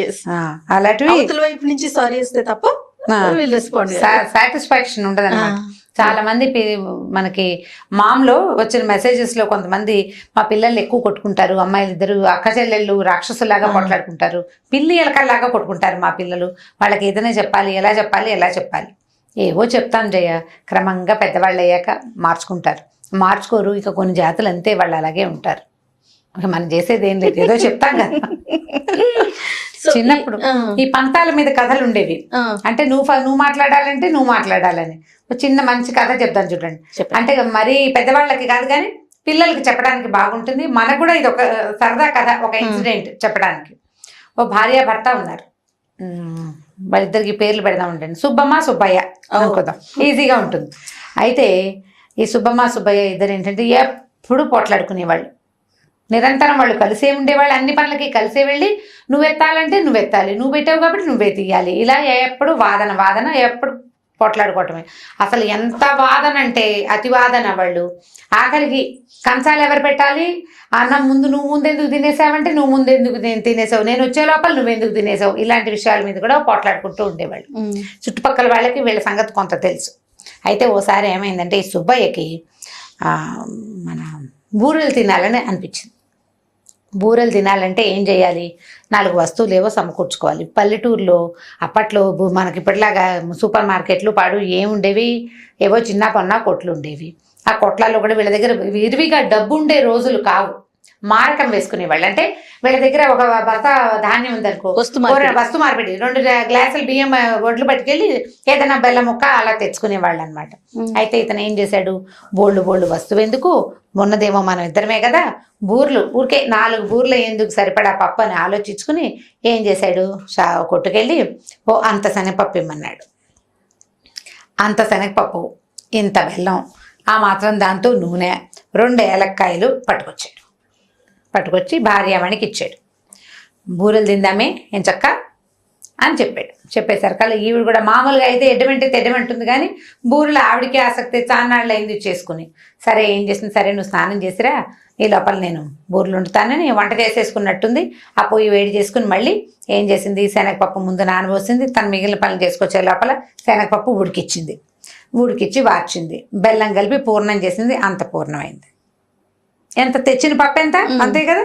అక్కడి నుంచి ఏం చేసింది, అంతంత పెద్ద బూరెలు, వాళ్ళ ఇంట్లో పెద్ద బూరెలు చేసుకునే అలవాటు. బూరెలకి పిండి చేసి చూస్తే 3 ఉండలు తయారైనాయి. సరే ఏం చేసింది, కాస్త బియ్య పిండి ఉంటే దాన్ని నీటిలో పోసి ఆ బియ్య పిండిలో ముంచి నూనెలో వేసింది. 3 బూరెలు తయారైనాయి. మూడే మూడు. మరి వాళ్ళు తెచ్చుకున్న పని ఎంత, ఒక్కొక్కటి అంతంతున్నాయి. ఉండేసరికల్లా ఈ 3 బూరెల్లో ఏమన్నాడు, ఆ భర్త గారి వచ్చాడు, ఎంత బాగున్నాయి బూరెలు, భలేగా ఉన్నాయి అని చెప్పేసి 2 నాకు 1 నీకు అన్నాడు. ఆవిడ బాగానే ఉంది, పని అంతా చేసింది నేను కదా, ఈ పప్పు చచ్చేలా, అది ఎంత పప్పే చచ్చేలా రుబ్బలేదా, పొయ్యి దగ్గర కూర్చుని సెగకి ఆ కాకకి కూర్చోలేదా, నూనె పని ఎంత కష్టం, నూనెలో వేస్తుంటే వేలు కూడా చురికింది చూసుకో నాకు, కాబట్టి 2 నావి 1 నీది. ఆయన అన్నాడు, అసలు బూరెల ఐడియా నాది మొదటిది, బూరెలకి సామాన్లు తెచ్చింది నేను, తర్వాత ఈ ఇల్లు నాది, ఈ పొయ్యి నాది, ఆ నిప్పులు నావి, అన్నీ నావే, కాబట్టి 2 నాకు 1 నీకు అనేసరికి ఈ దాని మీద రగడ పెరిగింది. అన్నాలు తినేశారు, ఈ బూరెలు రెడీగా పెట్టి కూర్చున్నారు. అయితే ఏమంది ఈవిడంది, క్షణం నోరు మూతపడదు నీకు, నువ్వు నోరు మూసి కూర్చో, అప్పుడు నీకు దక్కుతుంది లేదు.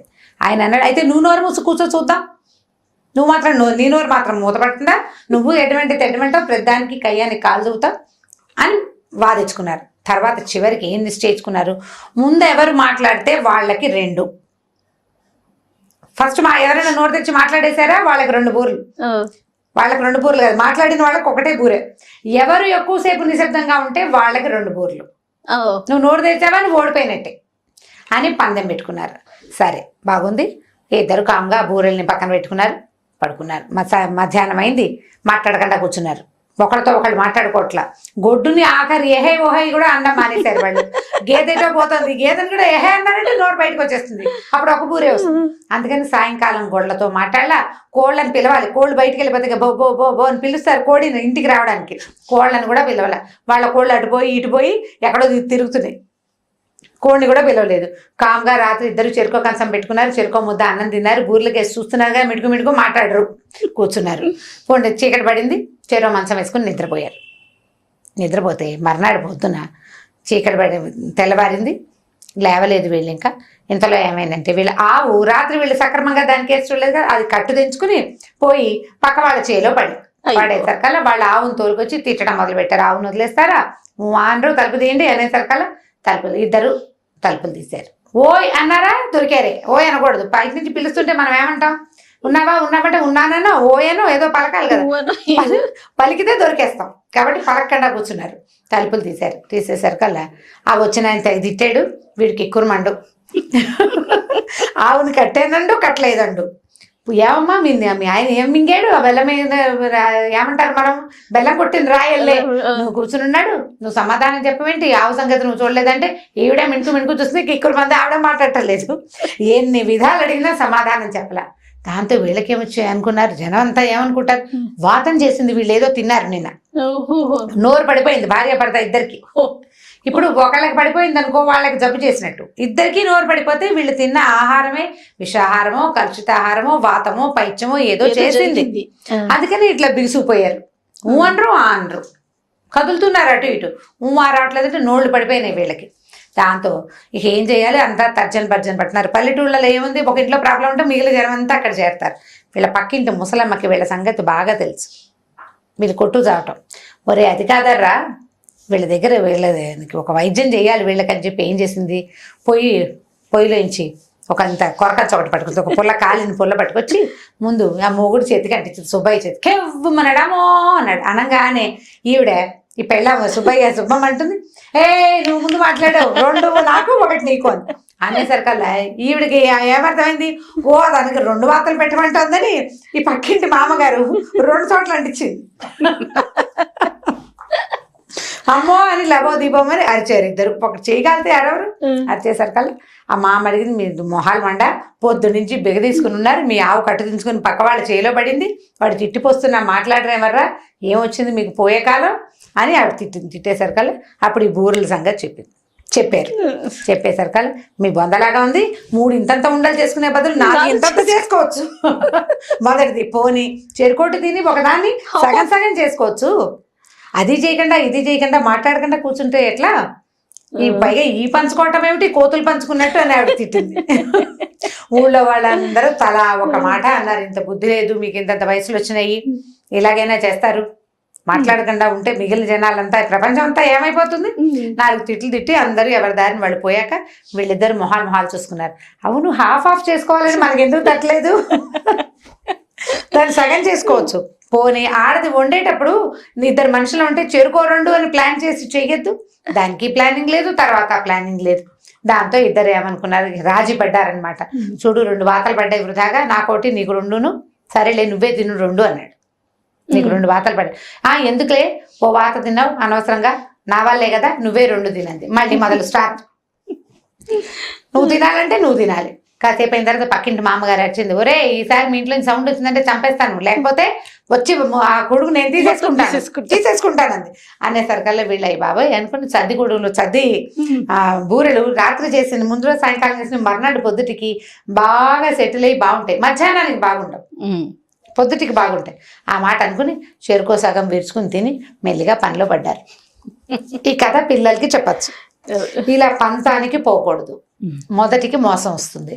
ఈ పంతాల్లోకి వెళ్ళకుండా షేర్ చేసుకోవటం ప్రతి విషయాన్ని, కొన్నాళ్ళకి ఆటోమేటిక్గా షేర్ చేసుకోవాల్సిన అవసరం లేకుండానే మన పని అన్ని కూడా సెట్ అయిపోతుంది. ఆ మాట చెప్పాలి పిల్లలకి, షేర్ చేయండి, షేర్ చేసుకోండి అని చెప్తూ ఉండాలి. కొట్టుకుంటారు పిల్లలు, కొట్టుకోకుండా ఎట్లా, పిల్లలు అన్నాక ఏజ్ గ్యాప్ ఎక్కువ ఉన్నా కొట్టుకుంటారు, ఏజ్ గ్యాప్ తక్కువ ఉన్నా కొట్టుకుంటారు. కొట్టుకోవడం అనేది కామన్. ఒక ఏజ్ వచ్చాక, ఒక 13-14 ఏళ్ళు వచ్చాక తగ్గుతుంది. పెద్ద పిల్లలు కొంచెం పెద్ద పిల్లలు అవుతారు, చిన్న పిల్లలు పెద్దవాళ్ళు అవడానికి ప్రయత్నం చేస్తూ ఉంటారు. ఆ దశకు వచ్చాక తగ్గిపోతుంది. పైగా దూరంగా ఒక పిల్ల చదువుకి బయటికి వెళ్ళింది అనుకో, తర్వాత వెనక పిల్ల మీద జాగ్రత్త వస్తుంది, వాళ్ళకే వస్తాయి, క్రమంగా వస్తాయి. ఇట్లా తగాదాలినప్పుడు పిల్లల్ని డివైడ్ అండ్ రూల్ చేయాలి. ఎప్పుడు మనం అనుకుంటూ ఉంటాం, పిల్లల్ని డివైడ్ అండ్ రూల్ చేస్తే కనుక కంఫర్టబుల్ గా ఆటే గొడవలు లేకుండా మేనేజ్ చేసుకోవచ్చు. ఈ స్టోరీని బుర్రలో పెట్టుకోండి. ఎప్పటికప్పుడు ఈ కుడుముల కథ, ఈ కుడుములు అనకూడదు, ఏమంటారు పూర్ణాల కథ చెప్పుకోవాలి. చాలా బాగుంది రమ్మగారు. థ్యాంక్ యూ అండి. ఓకే జయ.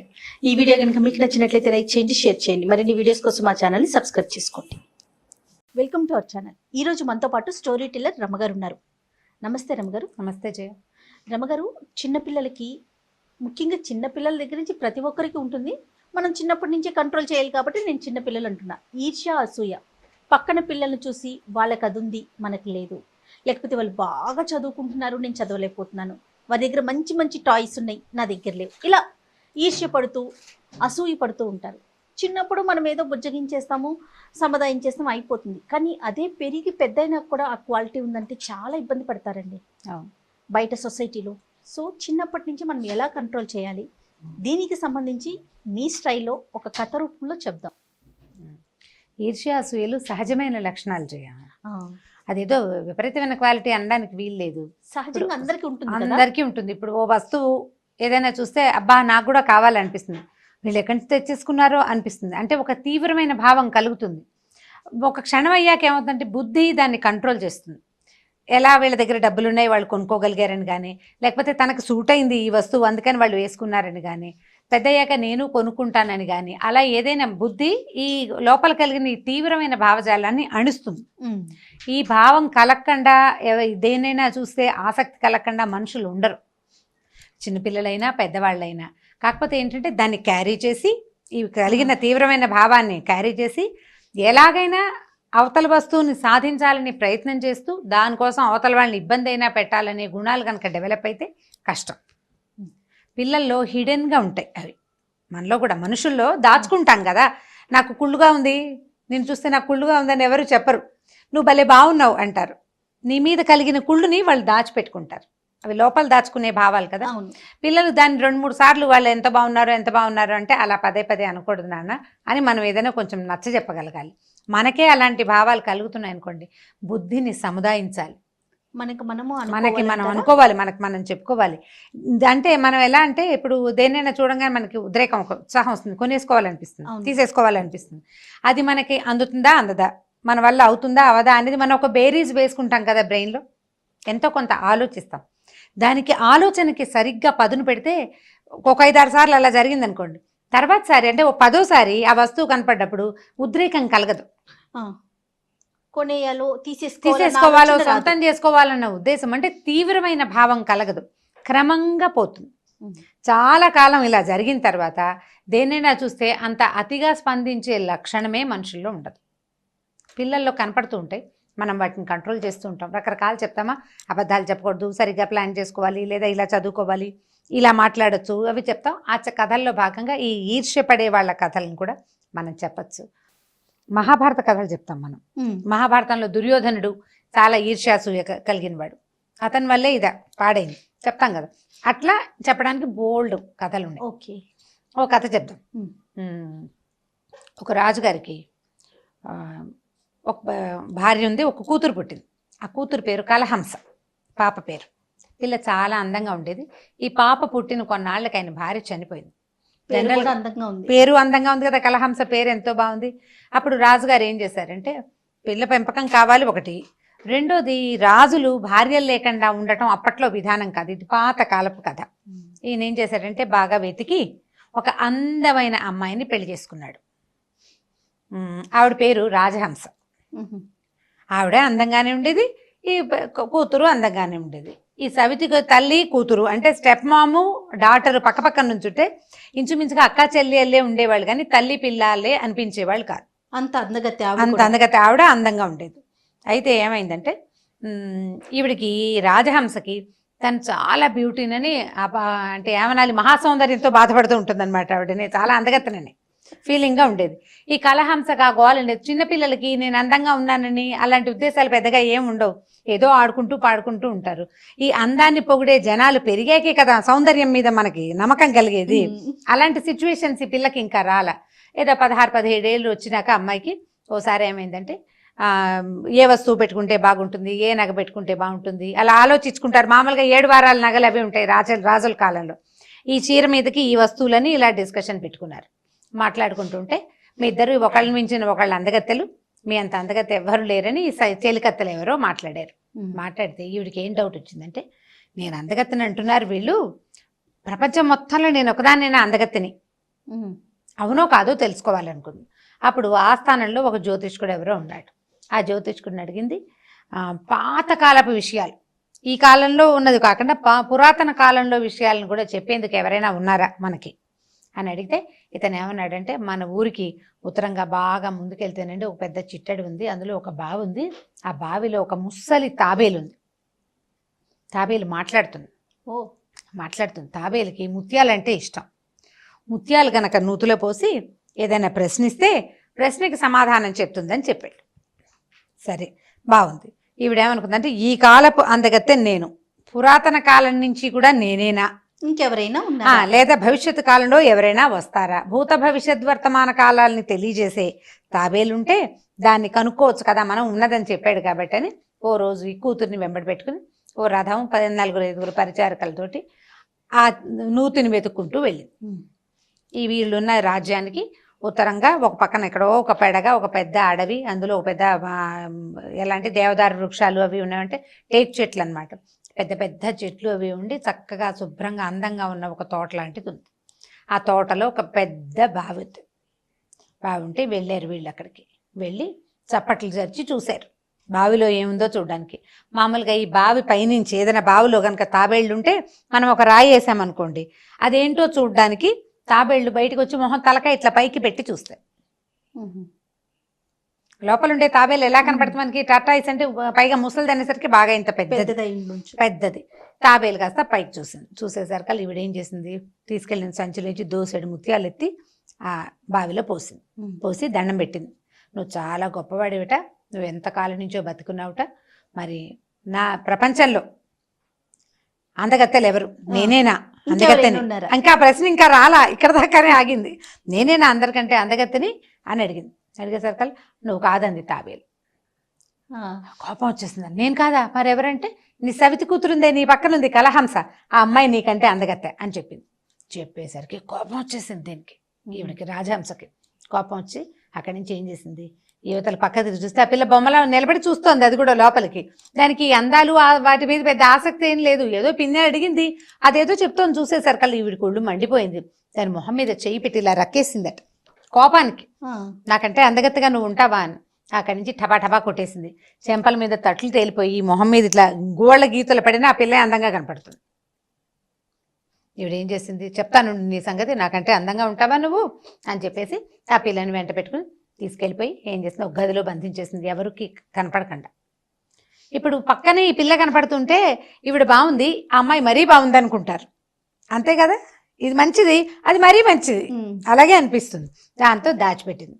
దాచిపెట్టి ఏం చేసింది, 2 రోజులు 3 రోజులు ఆలోచించి ఈ పిల్లని ఎలాగైనా చంపేయాలి, ఇది బతుకున్నన్నాళ్ళు అదే అందగత్తె. పైగా రోజులు గడిచే కొందికి 16 ఏళ్ల పిల్ల పెద్దది అయిన కొందికి అది అందగత్తె అవుతుంది. నేను కూడా పెద్ద అయిపోయి అందం తగ్గిపోతుంది. ఈవిడికి 35 38 ఉన్నాయి. తల్లి కదా, స్టెప్ మామ అంటే కొంచెం పిల్ల చిన్నప్పుడే వాళ్ళ నాన్న తెచ్చాడు. ఓ 15 16 ఏళ్ళు పెద్దది. నాకు ఏజ్ పెరిగి నాకు వృద్ధాప్యం వస్తుంది, దీనికి అందం పెరిగిపోతుంది. దీనికి వృద్ధాప్యం వచ్చేదాకా అదే అందగత్తెగా ఉంటుంది. కాబట్టి ఎలాగైనా ఈ పిల్లని అంతం చేసేయాలని పుట్టింది ఆ రాజహంసకి. ఇది ఈర్ష్య అనమాట. అక్కడి నుంచి ఏం చేసింది, 2 రోజుల తర్వాత నాకు తలనొప్పి అని మొదలుపెట్టింది. నా తలనొప్పి చచ్చిపోతున్నాను, నేను ఇలా అయిపోతున్నానని బాగా ప్రచారం చేయించింది. ఆవిడ అన్నం తింటల్లా. అన్నం తిందు, అక్కడి నుంచి స్నానం చెయ్యదు, ఆ తలనొప్పితో నడవలేదు, నుంచోలేదు, కూర్చోలేదు. వాళ్ళు వీళ్ళు వైద్యులు వచ్చారు, ఎవరేం చేసినా నాకు తగ్గలేదంటుంది. తగ్గదు తలనొప్పి. వాళ్ళు ఆ మందులు ఈ మందులు కంట్లో కలికం పెడతామన్నారు, నేనే పెట్టుకుంటానని తీసుకుంటుంది. పెట్టుకోదు, పాడు చేయదు, దాన్ని పారేస్తుంది అవతల. ఇక ఏం చేసినా ఆవిడికి తలనొప్పి తగ్గల. ఒక 10 రోజులు గడిచాక రాజుగారు, అయ్యో రాజహంస ఇలా అయిపోయావు, అందం అంతా పోతుంది, నువ్వు ఇలా పాడైపోతున్నావు, ఆహారం లేక చిక్కిపోతున్నావు, మందు లేక ఇదైపోతున్నావు, ఏదైనా చెప్పంటే, చిన్నప్పుడండి నాకు 5-6 ఏళ్ళప్పుడు తలనొప్పి వచ్చింది. వస్తే మా ఊరి వైద్యుడు చాలా అందమైన స్త్రీ యొక్క గుండె మెదడు ఆ 2 పచనం చేసి కూర చేసి తినిపించాడండి. అది తినిపించేసరికల్లా తగ్గిపోయింది, నేను బతికేశాను. మళ్ళీ నాకు అలాంటి జబ్బే వచ్చిందండి. చాలా అందమైన స్త్రీ ఎవరైనా వాళ్ళని చంపి గుండె మెదడు 2 కనుక వండి కూర చేసి కనుక పెడితే నేను బతుకుంటాను అనేసరికి నేను నిర్ఘాంతపోయాడు. ఏమిటి, మనిషి మాంసమా అంటే మరి వైద్యానికి తప్పదు కదండి. వైద్యానికి ఏదైనా గొర్రె మెదడులు తింటారు మనుషులు, తర్వాత మామూలుగా మేకల మెదడు కూడా తింటారు కదా, బ్రెయిన్. అలాగే ఇది కూడా వైద్యానికి మరి తప్పదు. మరి ఏం చేయను, నా తలనొప్పి చూడండి ఎలా అయిపోయానో, నాకు అసలు ఎంతో బాధగా ఉంది. మన రాజ్యంలో అత్యంత అందగత్తె మనమ్మాయే. క్లూ కూడా చెప్పేసింది, మనమ్మాయే అందరికంటే అందగత్తె. పాపం నా చేతులు రావట్లేదు కానీ ఆ పిల్ల వస్తే కానీ నేను బతకను, మీ ఇష్టం, మీ కూతురు కావాలో భార్య కావాలో తేల్చుకోండి. ఇలాగే ఈ తలనొప్పితో కుంగి కృషించి కునారెళ్ళిపోయి నేను చచ్చిపోతాను. పెళ్ళానికి వైద్యం కూడా చేయించలేదనే చెడ్డ పేరు మీకు వస్తుంది. వైద్యం తెలిసి కూడా చేయించలేదని ప్రచారం అవుతుంది. ఇప్పుడు నేను చెప్పా కదా, ఫలానా పని చేస్తే నా జబ్బు తగ్గిపోతుందని చెప్పాను, అయినా కూడా మీరు చేయటం లేదంటే మీ సంగతి మీరు ఆలోచించుకుంటుంది. ఇంకేం చేయాలో అర్థం కాలే. పిల్లని చంపేయడానికి చూస్తుంది ఇది అని అర్థమైపోయింది ఆయనకి. సరే, ఒక 5-6 రోజుల తర్వాత ఏం చేశాడు, ఆ కూతురు దగ్గరికి వెళ్ళాడు. ఆ మొహం మీద గీతలు, చెంపల మీద తట్లు కనపడుతున్నాయి ఆ పిల్లకి. ఇదేమిటమ్మా, నిన్ను ఎవరు కొట్టారంటే, పిన్నే కొట్టింది నాన్న, ఫలానా నువ్వు దగ్గరికి వెళ్ళాం, ఆ తాబేలేమో పిన్ని కంటే నేనే అందగత్తెనని చెప్పింది, పిన్నికి కోపం వచ్చింది, అందుకని నన్ను కొట్టింది. అంటే కొట్టడం కాదమ్మా, ఇప్పుడు చంపేయడానికి చూస్తుంది ఏకంగాను. నీ గుండె నీ మెదడు కావాలని అడుగుతుందంటే భోర్మని ఇడ్చి, పిల్ల నాన్న నన్ను చంపేస్తావా పిన్ని కోసం. అయ్యో ఎందుకు చంపుతానమ్మా, ఏదైనా ఉపాయం ఆలోచిస్తానని ఈయన ఏం చేశాడు, అక్కడి నుంచి పక్క దేశపు రాజుగారు ఈయనకి ఫ్రెండ్, ఆ ఫ్రెండ్కి కబురు చేశాడు. ఏంటంటే, ఒక దశలో వాళ్ళిద్దరు చదువుకునేటప్పుడు నీకు ఆడపిల్ల పుడితే మా అబ్బాయికి మాకు ఆడపిల్ల పుడితే మీ అబ్బాయికి ఇస్తానని మాట్లాడుకున్నారు. మా పిల్ల తయారుగా ఉంది, మీ అబ్బాయిని పంపిస్తే రహస్యంగా పెళ్లి చేసి పంపిస్తాను, నాకు ఇక్కడ ఒక సమస్య ఉందని ఆయనకు ఒక ఉత్తరం రాసి పంపించాడు. పంపించేసరికల్లా ఆ పెళ్లి కొడుకు కాస్త సూరసేనుడు వచ్చేసాడు ఈ పిల్లని తీసుకెళ్ళటానికి. రహస్యంగా అంతఃపురంలో ఎవరికి కనపడకుండా తూతూ మంత్రంగా పెళ్లి చేసేసి పిల్లనిచ్చి పంపించేశాడు. ఈయన పంపేశాడు. మరి ఇక్కడే ఉంటే పిల్ల చంపేస్తుంది, ఈయనతోటి కాకపోతే ఇంకో రకంగా అయినా చంపడానికి రెడీగానే ఉంది. పంపించేశాడు. పంపించి ఏం చేశాడు, వీళ్ళ తలార్లని ఇద్దరిని పిలిచి, ఒరే కాస్త పెద్ద సైజు గొర్రెపోతుంది వెతికి దాని గుండె దాని మెదడు పట్టుకురండిరా అని చెప్పి గుండె మెదడు తెప్పించాడు. గొర్రెకేముంది, బోళ్ళు గొర్రెలు. అక్కడి నుంచి కూర పదార్థం చేయించి ఏడుస్తూ ఆ కూరను పుచ్చుకొచ్చి ఈవిడికి చేతిలో పెట్టాడు. అమ్మాయిని చంపించేశాను, ఇదిగో గుండె కూర, ఇదిగో మెదడు కూర, ఇవి రెండు తిని నువ్వు ఆరోగ్యం సంతరించుకో. పిల్ల కూడా వెళ్ళేటప్పుడు చచ్చిపోతూ నాన్న పిన్ని జాగ్రత్త, ఆరోగ్యం జాగ్రత్త అని నీ పేరే చెప్పింది అని చెప్పాడు. ఈవిడేం చేసింది, అమ్మయ్య కలహంస బెడద వదిలిపోయింది అనుకుని ఆ రెండు కూరలు చక్కగా ఆరగించి సరిపోయింది, హాయిగా ఉంది అంటే ఇక దాని గుండె మెదడు తినేస్తే ఇంకా బతికుండదనమాట గ్యారంటీగా అని సంతోషంగా ఉంది. కొన్నాళ్ళు గడిచింది. ఈ వెళ్ళిపోయిన పెళ్లి కూతురు సూరసేనుడితో పాటు వెళ్ళిపోయింది కదా పక్క రాజ్యానికి, హ్యాపీగా భర్తతో సుఖంగా ఉంది అక్కడ. ఈ కొన్నాళ్ళు ఒక సంవత్సరం గడిచింది. గడిచాక ఈ రాజహంసకి మళ్ళీ పోయి ఆ తాబేలుని చూద్దామనిపించింది. ఒకవేళ ఈ ఏడాదిలో ఎవరైనా చంటిపిల్ల పుట్టుంటే నాకంటే అందగత్తే కనుక్కుందాం అనుకుంది. వెళ్ళింది. వెళ్ళేసరికల్లా ఏం చేసింది, ఓ దోసెడు ముత్యాలు పట్టుకెళ్ళి నూతులు పోసి నాకంటే అందగత్తే ఎవరైనా ఉన్నారంటే, లేకే నీ కూతురు ఉంది కదా కలహంస అంది. అనేసరికి తెల్లబోయింది. కలహంస ఎక్కడుంది, కలహంసని ఏనాడో చంపేశానంటే నీ మొహం చంపావు, అడవి గొర్రె గుండె మెదడు పట్టుకొచ్చాడు నీ భర్త, నువ్వు అవి తిన్నావు. కలహంస సూరసేనుని పెళ్లి చేసుకుని మీ పక్క రాజ్యంలో సంతోషంగా ఉంది. ఆ అమ్మాయి నీకంటే అందగత్తని వెళ్ళిపోయింది తాబేలు. ఆ అమ్మాయి ఇది ఏం చేసింది, అయ్యో రాజుగారు ఎంత పని చేశాడని పరిగెత్తుకుంటూ ఇంటికి వచ్చి భర్తను కాలుచుకుని, అబ్బా మీరు ఎంత గొప్పవాళ్ళండి, ఏదో వైద్యం కోసం అమ్మాయిని చంపమన్నాను కానీ లేకపోతే ఎందుకంటాను, మన పిల్ల బతికే ఉందని అర్థమై తెలిసిపోయింది నాకు. చక్కగా మంచి సూరసేనుని పెళ్లి చేసుకుని మంచి రాజు, మంచి యువరాజుని పెళ్లి చేశారు, చాలా మంచి పని చేశారు, నాకు ఎంతో సంతోషంగా ఉంది. నాకు ఇప్పుడు పిల్లని కంటితో చూసేయకపోతే నాకు నిద్ర పట్టదండి, ఓసారి వెళ్ళి పిల్లని చూసొస్తానంది. ఈయనకి భయంగానే ఉంది కానీ ఆవిడ ధోరణి చూస్తే మారిపోయినట్టే ఉంది కదా అని ఏం చేశాడు, పంపించాడు కాశీరాజ్యం. పక్కన కాశీరాజ్యం అనుకుంటే ఆ రాజ్యానికి వెళ్ళింది. వెళ్ళేసరికల్లా ఈ భార్యాభర్త పైన ఎక్కడో సౌధం మీద పైన నుంచుని కబుర్లు చెప్పుకుంటుండగా ఉత్తరం వచ్చింది. ఉత్తరం వెనకాల దూరంగా రథం వస్తున్నట్టు కనపడుతోంది. ముందు గుర్రం వద్ద ఒకటి తెచ్చాడు ఉత్తరం. ఆ ఉత్తరం అమ్మాయికి అందేసరికల్లా వచ్చేయాలని రాజహంస ప్లాన్ అనమాట. ఉత్తరం చూసేసరికల్లా మీ పిన్ని నిన్ను చూడడానికి వస్తుందని ఉంది. ఆ అమ్మాయి ఏడవటం మొదలు పెడితే, మా పిన్ని మంచిది కాదు, నన్ను చంపేయాలని చూసింది, నేను ఆవిడ కంటపడ్డానా, నన్ను ఏదో ఒకటి చేసేసింది, ఆవిడకి మహా ఈర్ష్య నేనంటే అని ఏడిచేసరికల్లా సూరసేనుడు ఏమన్నాడు, ఎందుకు ఆవిడ తలుపు కొట్టినా తలుపు తీయద్దు, నువ్వు చచ్చినా ఆవిడ కంటపడబోక అని ఒక పెద్ద గదిలోకి అమ్మాయిని అటుపెట్టి గది బయట తాళం వేసాడు. ఆవిడ తలుపు కొట్టినా నువ్వు తీయలేవు, నువ్వు తీసినా తలుపు రాదు, ఎందుకంటే బయట నుంచి తాళం ఉంది కదా. తాళం జేబులో పెట్టుకుని వెళ్ళిపోయాడు. ఏం పర్వాలేదు, నేను కూడా కనపడను, నువ్వు కూడా కనిపించద్దు, గదిలో కూర్చోమన్నాడు. ఇక్కడి నుంచి ఈ రాజహంస వచ్చి నా కూతురు ఏదని రాజప్రాసాదంలోకి వచ్చింది. ఈ గదిలో ఉన్నారండి అని చూపించారు. ఆ గదిలోకి వెళ్తే ఆ పిల్ల తలుపు తీయదు. ఒక్కసారి నిన్ను చూస్తాను, కంటితో చూస్తాను, ఎన్నాళ్ళు అయింది, నువ్వు చచ్చిపోయావనుకున్నాను, అదయింది ఇదని ఎంత బతిమలాడినా ఆ అమ్మాయి తలుపు తీయకపోతే ఈవిడేం చేసింది, పెద్ద పెద్ద తలుపులు అంటే రాజప్రాసాదాలు పెద్దవిగా ఉంటాయి కదా, అంత తాళం ఉంటుంది దానికి. ఆ తాళం తిప్పడానికి ఉండే హోల్ ఉంటుంది కదా, అది బాగా వెడల్పుగా కొంచెం పెద్దదే ఉంటుంది. అయితే ఈవిడేమంది, అందులోంచి చూసేసరికల్లా పిల్ల అటు ఇటు తిరుగుతూ కనపడితే అమ్మాయి కలహంస, పోనీలే నీకు నన్ను చూడటానికి ఇష్టం లేకపోతే పోనీలే, ఈ తలుపుకి బీగం పెట్టే సంది ఉంది కదా, ఈ తాళం పెట్టేది, నీ చిటికెన వేలు అందులో పెట్టు, ఆ వేలును ముద్దాడైనా ముద్దు పెట్టుకునైనా నేను వెళ్ళిపోతానమ్మా, మా అమ్మ కదూ బంగారు తల్లి కదూ అని బతిమలాడితే ఎలాగోలాగా వెళ్ళిపోతుంది కదా అని పిల్ల ఏం చేసింది, ఎడం చేతి చిటికెన వేలుని ఆ తాళపు సంతిలోకి పెట్టేసరికల్లా ఈవిడ వస్తూ ఏం చేసిందంటే ఒక విష పదార్థం ఒకటి పట్టుకొచ్చింది. ఆవిడకి బట్టల డ్రెస్కి అంటే అక్కడక్కడ కొంచెం లూజ్గా ఉన్న చోట చిన్నగా సూదులు లాంటివి పెట్టారు టైట్గా ఉండటానికి. ఒక సూది తీసి, చిన్న గుండు సూది అనమాట, ఈవిడ తెచ్చిన విషంలో ఆ సూదిని ముంచి ఆ చటుక్కన ఆ వేలుకేసి గుచ్చేసింది. ఆ అమ్మాయి వేలుకేసి గుచ్చేసరికల్లా కెవ్వమని పడిపోయింది లోపల. పిల్ల చేయి లాక్కుంది. సర్రమని మనం ఏదైనా గుచ్చుకునేసరికి గబాల శరీరం చేతుల పైకి తీసేసుకుంటాం కదా, ఈ దగ్గరికి చేయి లాక్కుంది, పడిపోయింది. పడిపోయేసరికల్లా ఈవిడ కాస్త వెళ్ళిపోయింది. తన రథం మీద తన ఇంటికి వెళ్ళిపోయింది. సాయంకాలం చీకటి పడ్డాక ఎక్కడికో వెళ్ళిన ఈ సూరసేనుడు తిరిగి వచ్చాడు, తాళం తీశాడు, కలహంసేది పడిపోయింది. ఇదేమిటి అమ్మాయి ఇలా ఉంది అని చూస్తే ఏమీ స్పృహ లేదు, ఏం చేసినా మెలకు రావటం లేదు. ఎంతమందో వైద్యుల్ని పిలిచారు. పిలిస్తే వాడు ఏమన్నా, వచ్చిన వైద్యుడు ఏమన్నాడంటే, చచ్చిపోలేదండి, శ్వాస సన్నగా ఆడుతోంది, మొహం జీవం, ఇప్పుడు శవం 2 రోజులు ఉండేసరికి బాడీ పాడైపోవాలి, ఏమీ లేదు, ఎలా ఉన్నది అలాగే ఉంది, తెల్లగా మెరిసిపోతూ, లోపల నాడి ఆడుతోంది, ఒక మూర్ఛ లాంటి ఒక నిద్రలో ఉంది ఈ అమ్మాయి, ఎప్పటికి నార్మల్ అవుతుందో, ఏం జరిగి ఇలా అయ్యిందో మనకు తెలీదు. ఏదైనా మిరకిల్ జరగాల్సిందే, కాబట్టి ఈ శరీరాన్ని జాగ్రత్తగా భద్రపరచండి. ఇంకా ఆహారం లేదు, ఏమీ లేదు, బడున్న బాడీ అలాగే ఉంటుంది. మనం కోమా అంటున్నాం కదా, అలాంటి దాంట్లోకి వచ్చేసింది. ఈ అబ్బాయి ఏం చేశాడు, ఆ అమ్మాయిని తీసుకెళ్ళి ఒక అంతఃపురంలో ఒక గదిలో పెట్టాడు. ఏదో పరిచారకులు వాళ్ళు వీళ్ళు వచ్చి తుడిచి ముట్టుకుని ఏదో చేసి, ఏం చేసినా ఆహారం లేదు, ఏం లేదు, అలా పడుంది అంతే. ఒక 6 నెలలు 8 నెలలు గడిచినాయి, అలాగే ఉంది.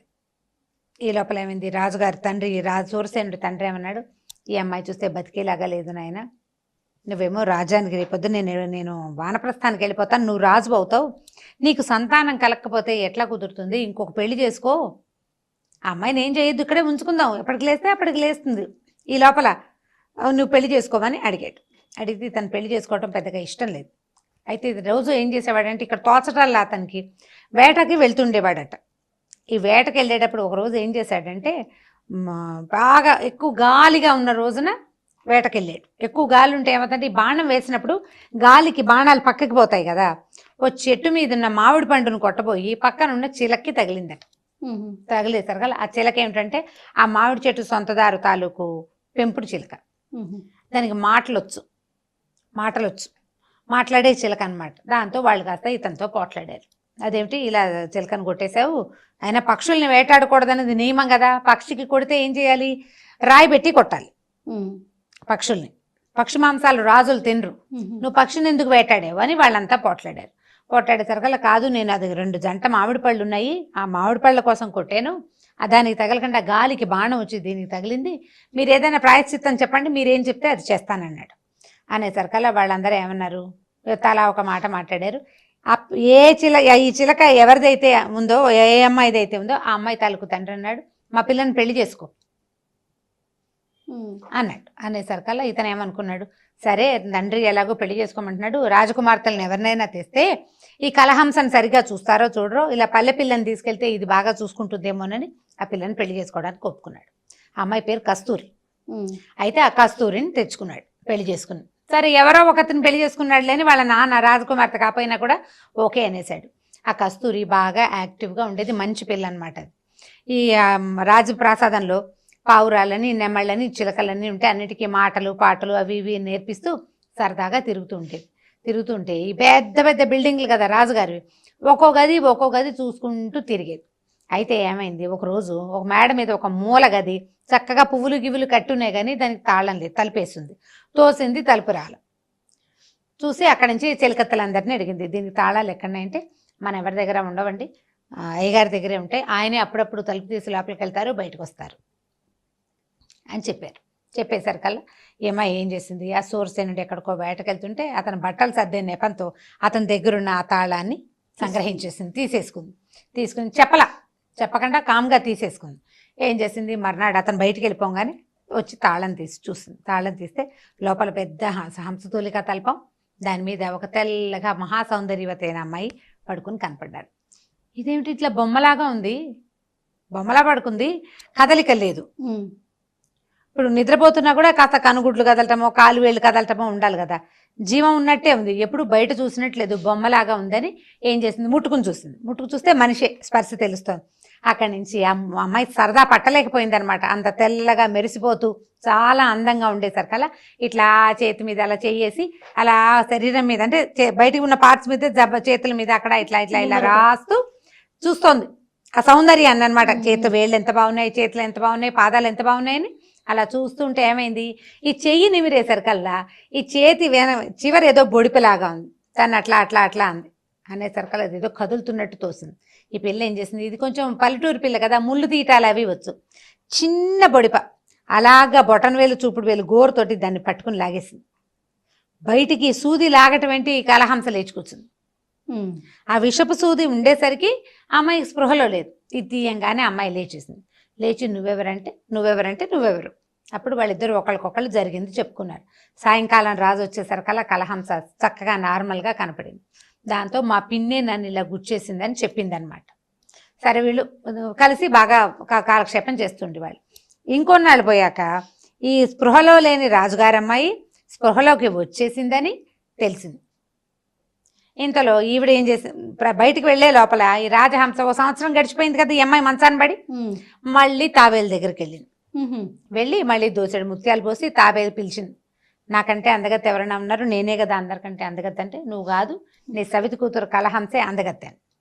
ఆ కలహంస ఎక్కడ బతుకుంది? నేను సూది గుచ్చి చంపేశాను, అది చచ్చి పడింది, అది బతుకుని దాంతో సమానం లేదు, అది శవంతో సమానం, అది బతికి లేదు, అసలు ఈ పాటికే వాళ్ళ దహనం కూడా చేసేసి ఉంటారు, మాకు చెప్పలేదు కానీ అనేసరికల్లా నీ మొహం, వాళ్ళ ఆయన ఇంకో పెళ్లి చేసుకున్నాడు, ఆ సవితి నీలాంటిది కాదు, అది వచ్చి నువ్వు గుచ్చిన గుండు సూదిని తీసేసింది, ముగ్గురు హాయిగా ఇద్దరు భార్యలతోటి సోర్సేనుడు హ్యాపీగా ఉన్నాడు, ఏమీ లేదు, నువ్వు ఎప్పటికీ అందగత్తావు కాదు, ఎప్పటికీ కలహంసే అందగత్తే, అది ఉన్ననాళ్ళు అదే అనేసరికల్లా ఈవిడికి ఒళ్ళు మండిపోయింది. ఏం చేసినా చావట్లేదు దీని దుంపదే కానీ ఈసారి ఏం చేసింది, కాలకూట విషం సంపాదించిందట. అది వేసి ఒక బ్రహ్మాండమైన పాయసం తయారు చేసింది. ఆ పాయసంలో ఏ వాసన తెలియకుండా చక్కగా కిస్మిస్లు, ఏలకాయలు, తర్వాత ఏమో కర్పూరము, జాజికాయ, జాపత్రి అవన్నీ వేసి గుమగుమలాడే పాయసం తయారు చేసి రాజుగారిని బతిమలాడింది. నేను ఒక మంచి పాయసం చేశాను, సంతాన కారకం ఇది, నాకు పుట్టలేదు కానీ పిల్లలు కలహంసకైనా పిల్లలు పుడతారు, ఇది తీసుకెళ్ళి ఇస్తాను, పిల్లని చూసొస్తానని బాగా బతిమలాడి రాజుని ఒప్పించింది. ఎన్నిసార్లైనా రాజు ఆవిడని నమ్ముతూనే ఉన్నాడు. సరేనని పంపించాడు. వీళ్ళిద్దరు పైనుంచి చూస్తున్నారు, కబురు వచ్చింది, రథము వస్తుంది.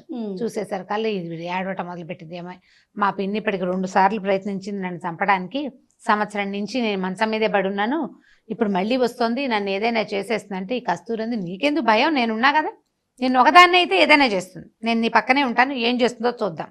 అక్కడి నుంచి ఆవిడ రాగానే ఈ కూతుర్ని కావలించుకుంది.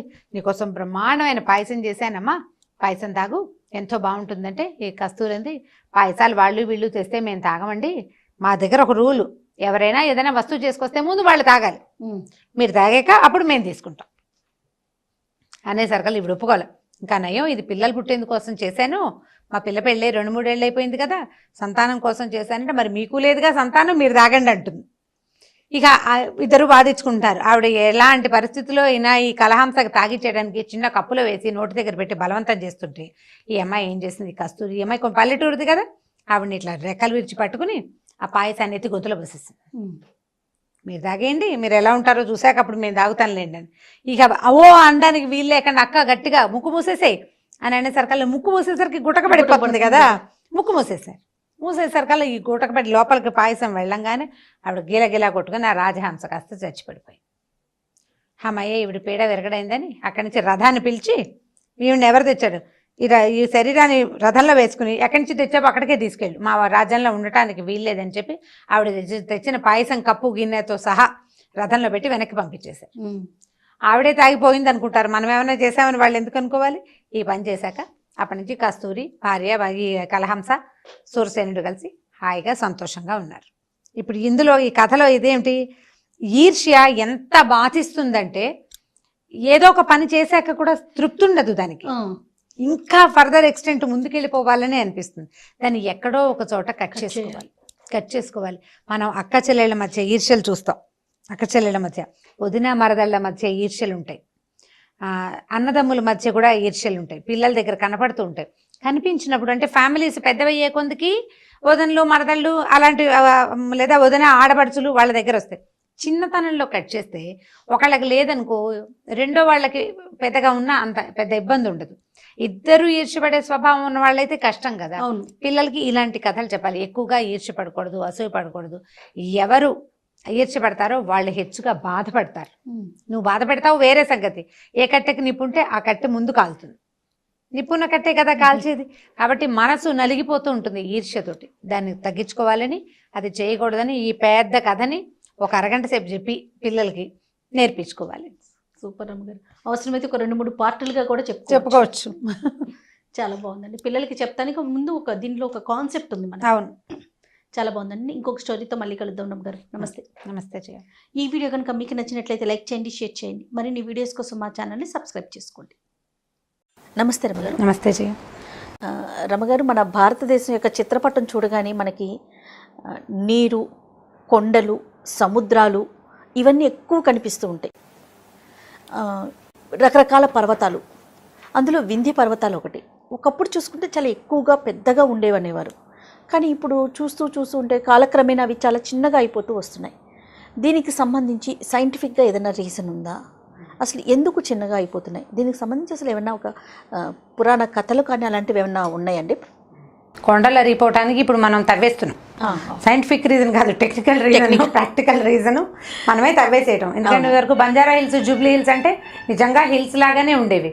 ఇప్పుడు హిల్స్ లేవు, ఏం లేవు, చాలా తగ్గిపోయినాయి కదా. శ్రీనగర్ కాలనీలో కూడా కొండలు కనపడేవి మా చిన్నప్పుడు.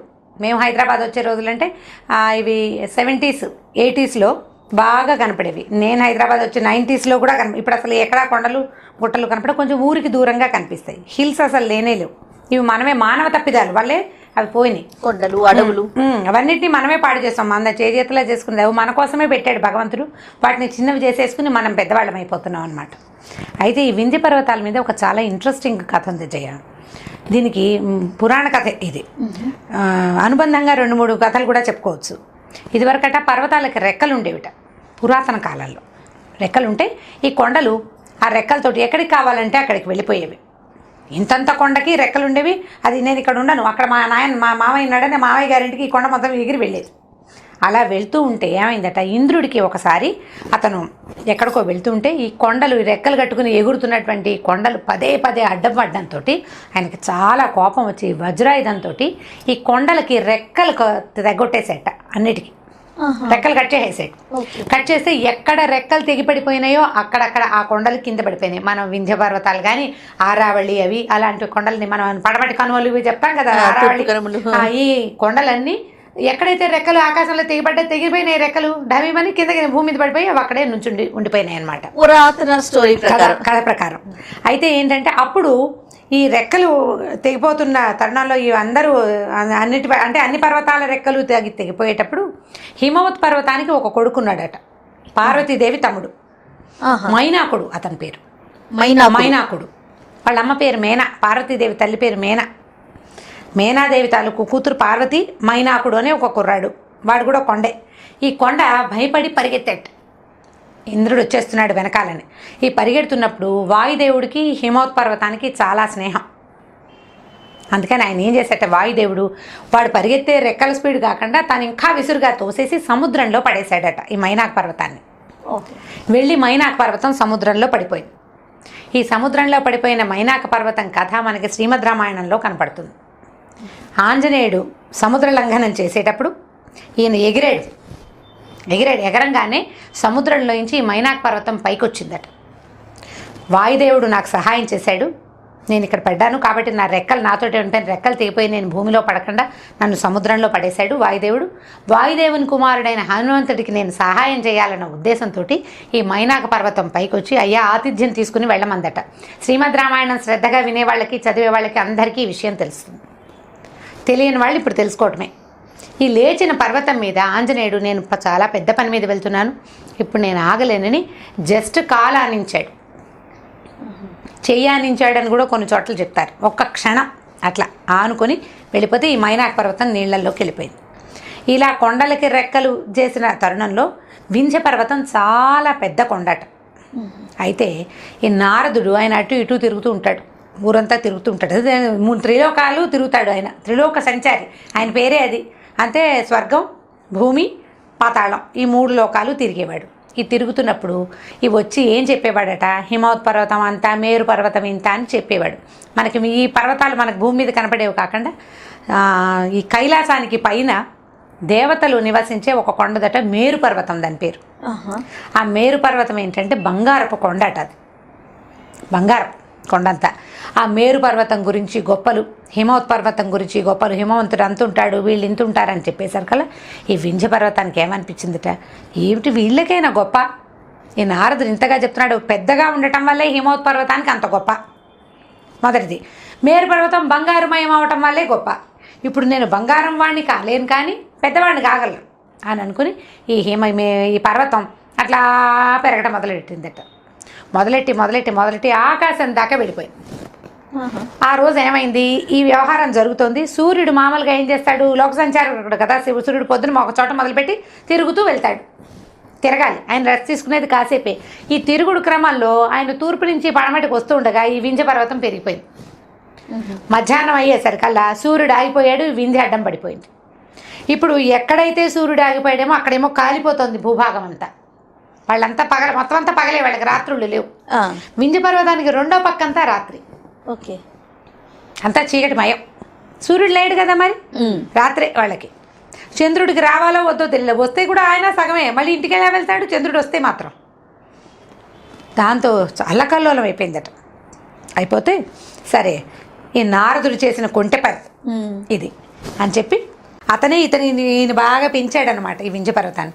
ఆ వింధ్య పర్వతం ఏం చేసేదట, అంతకుముందు కూడా వింధ్య పర్వతానికి ఈ లక్షణం ఉంది. తనకు కావలసినప్పుడు ఎత్తు పెరిగి, ఎవరైనా నడుస్తుంటే పెరిగి, ఎవరైనా నడవకపోతే దిగి, అలా రకరకాలుగా చేస్తూ ఉండేది. దాన్ని శాశ్వతంగా అణచడానికి చేసిన ఉపాయమే ఈ పని అనమాట.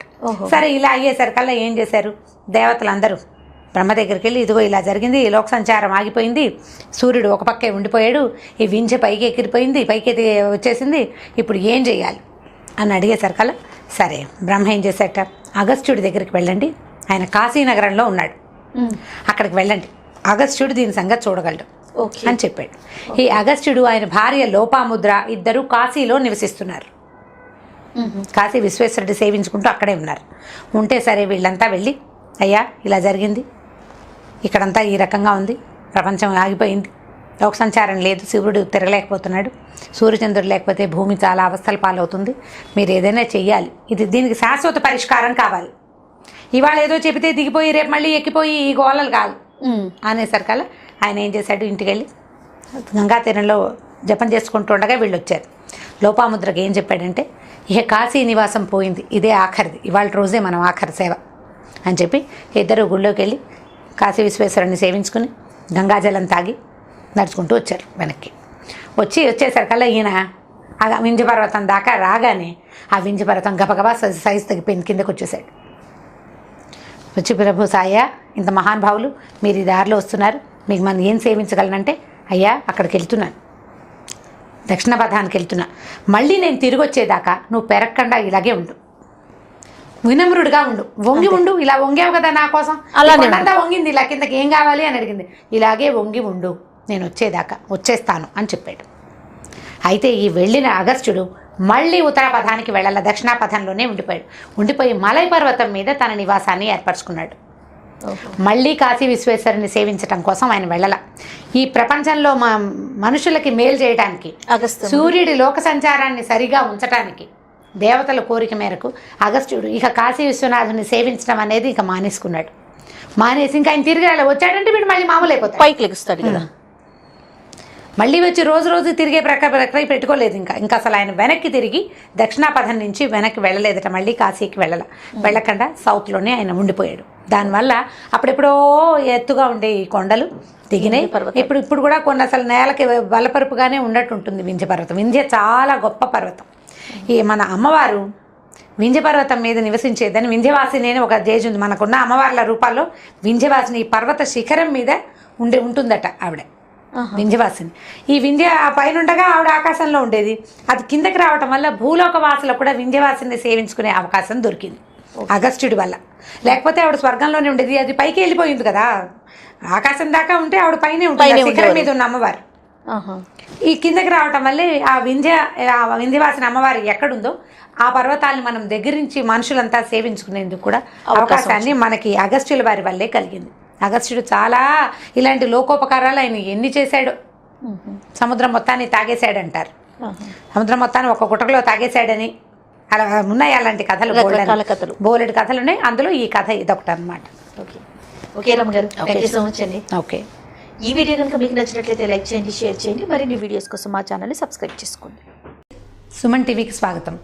మనం చాణక్య నీతుల గురించి మాట్లాడుకుంటున్నాం. చాణక్యుడు పిల్లల్ని ఎలా పెంచాలో చెప్పాడండి. 2-3 మంచి శ్లోకాలు ఉన్నాయి. చాలా ఇంట్రెస్టింగ్గా కూడా ఉంది. మామూలుగా మన పెద్దవాళ్ళు కూడా చెప్తారు, 5 ఏళ్ల వరకు పిల్లాడిని రాజులాగా చూడాలి, తర్వాత 15 ఏళ్ళు వచ్చేదాకా దాసుడిగా అంటే పనివాళ్ళలాగా చూడాలి. ఆ తర్వాత కుర్రాన్ని మిత్రుడిగా చూడమని. అయితే ఈ అబ్బాయిల గురించి చెప్తున్నారు, అమ్మాయిల గురించి చెప్పట్లేదా అంటే ఆ రోజుల్లో అమ్మాయిల్ని 10-12 ఏళ్ళకి వివాహాలు చేసేసేవాళ్ళు, భర్తలతో ఉండేవాళ్ళు. కాబట్టి హెచ్చుగా మగపిల్లల గురించే ఇది చెప్పినట్టు కనపడుతుంది. అయితే ఆయన ఇంకొక మంచి మాట ఏం చెప్పాడంటే, లాలించటం వల్ల చాలా దుర్గుణాలు వస్తాయి. అంటే పిల్లల్ని ముద్దు చేయటం వల్ల.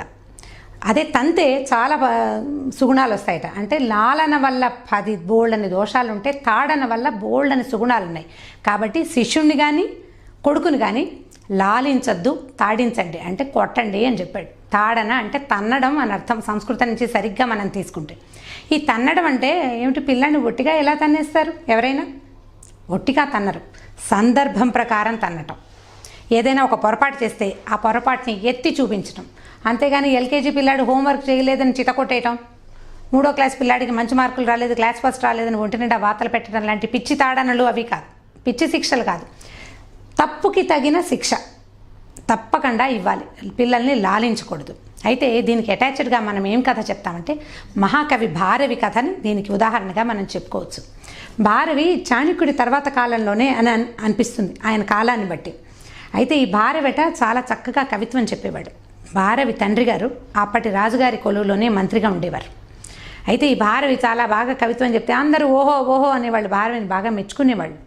అయితే వీళ్ళ నాన్నగారు మాత్రం ఆయన ఇతను కవిత్వం బాగా చెప్తున్నాడని మెచ్చుకునేవారు కాదు, కామ్గా ఊరుకునేవారు. ఒక సందర్భంలో ఆయన చెప్తున్న కవిత్వంలో 2 వ్యాకరణ దోషాలు వచ్చినాయట.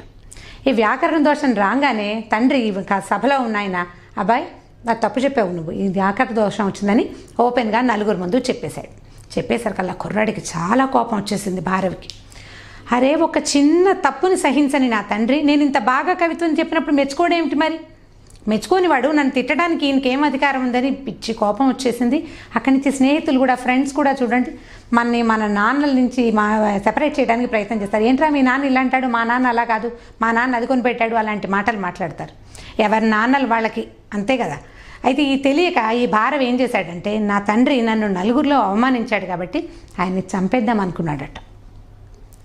చిన్నతనం ఒక 16-18 సంవత్సరాలు ఉంటే టీనేజ్ పిల్లల్లో ఇలాంటి లక్షణాలు మనం ఇప్పుడు కూడా చూస్తాం. అయితే ఈ కుర్రాడు ఏం చేశాడంటే, వాళ్ళ నాన్న పడుకునే గదిలో పైన అటక ఉంటే ఆ అటక మీద కూర్చున్నాడట. పైనుంచి ఏదైనా ఒక బరువైన వస్తువుని దొర్లించి నాన్నని చంపేద్దాం అనుకున్నాడు. అటక మీద ఎక్కి కూర్చున్నాడు. నాన్న పడుకోవటానికి గదిలోకి వచ్చాడు తండ్రి. అక్కడి నుంచి వాళ్ళ అమ్మగారు కూడా వెనకాల వచ్చిందట. కుర్రాడు అమ్మ గదిలోంచి వెళ్ళిపోయే సమయం కోసం వెయిట్ చేస్తున్నాడు. ఇంతలో ఏమైందంటే ఆయన భార్య వాళ్ళ నాన్నగారిని వాళ్ళ అమ్మగారు అడిగారు, అదేమిటండి మీరు ఇంత మాట అన్నారు, పిల్లాడు చాలా కష్టపడతాడు, పాపం ఎంతో బాధపడుతున్నాడు, వాడంత మంచి కవిత్వం చెప్తున్నప్పుడు మీరు మెచ్చుకోవట్లేదు, ఒక చిన్న తప్పు చేసేసరికల్లా నలుగురిలో చెప్పారు, పిల్లాడు బాధపడుతున్నాడు, ఈ పని చేయకుండా ఉండాల్సిందంటే.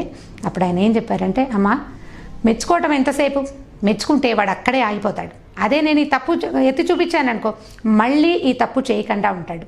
రేపు నాటికి పెద్ద కవి అయ్యాక ఇలాంటి వ్యాకరణ దోషాలు ఉంటే వీడికి చదువు చెప్పిన గురువే వాడు రా అంటారు. ఆ మాట నాకే వస్తుంది, వాడి కవిత్వం గుర్తింపును కూడా పొందదు, వ్యాకరణ దోషాలు ఉండకూడదు. వాడు నా కొడుకే కాదు, నా శిష్యుడు కూడా, నేనే వాడికి చదువు చెప్పాను. కాబట్టి పిల్లల్ని ఎప్పుడూ లాలించకూడదు. నువ్వు బాగా చెప్పావు అన్నానా ఇంకా వాడు అక్కడే ఆగిపోతాడు. అందుకని నేను వాడిని లాలించలేదమ్మా. అవసరం వచ్చినప్పుడు అతని దోషాన్ని ఎత్తి చూపించాను, అతని మంచికే కానీ చెడుకి కాదని తండ్రి చెప్పాడు. ఈ మాటలు విన్న భారవి చాలా దుఃఖపడ్డాడు. అయ్యో మా నాన్న నా మేలు కోరే చెప్పాడు, నేను నా చిన్నతనంతో తెలుసుకోలేదు, నా స్నేహితులు కూడా నన్ను అనవసరంగా ఇందులో ఎగసం తోసి నా తండ్రికి విరుద్ధంగా ప్రవర్తించేలాగా చేశారని అటక మీద నుంచి దిగొచ్చి తండ్రి కాళ్ళు పట్టుకున్నాడట. నాన్న నన్ను క్షమించండి, ఇంక ఎప్పుడు ఇలా ప్రవర్తించను, ఈ వ్యాకరణ దోషాన్ని పోగొట్టుకుంటానని మళ్ళీ కొంతకాలం తండ్రి దగ్గర విద్యాభ్యాసం చేసి, అంటే ఆ గ్రామటికల్ మిస్టేక్స్ని పూర్తిగా పోగొట్టుకుని తర్వాత కాలంలో భారవి రాసిన కిరాతార్జునీయం చాలా అద్భుతమైన గ్రంథం. సంస్కృతం తెలిసిన వాళ్ళకి తెలుస్తుంది. పంచమహాకావ్యాలు అని ఉన్నాయి సాంస్క్రిట్లో.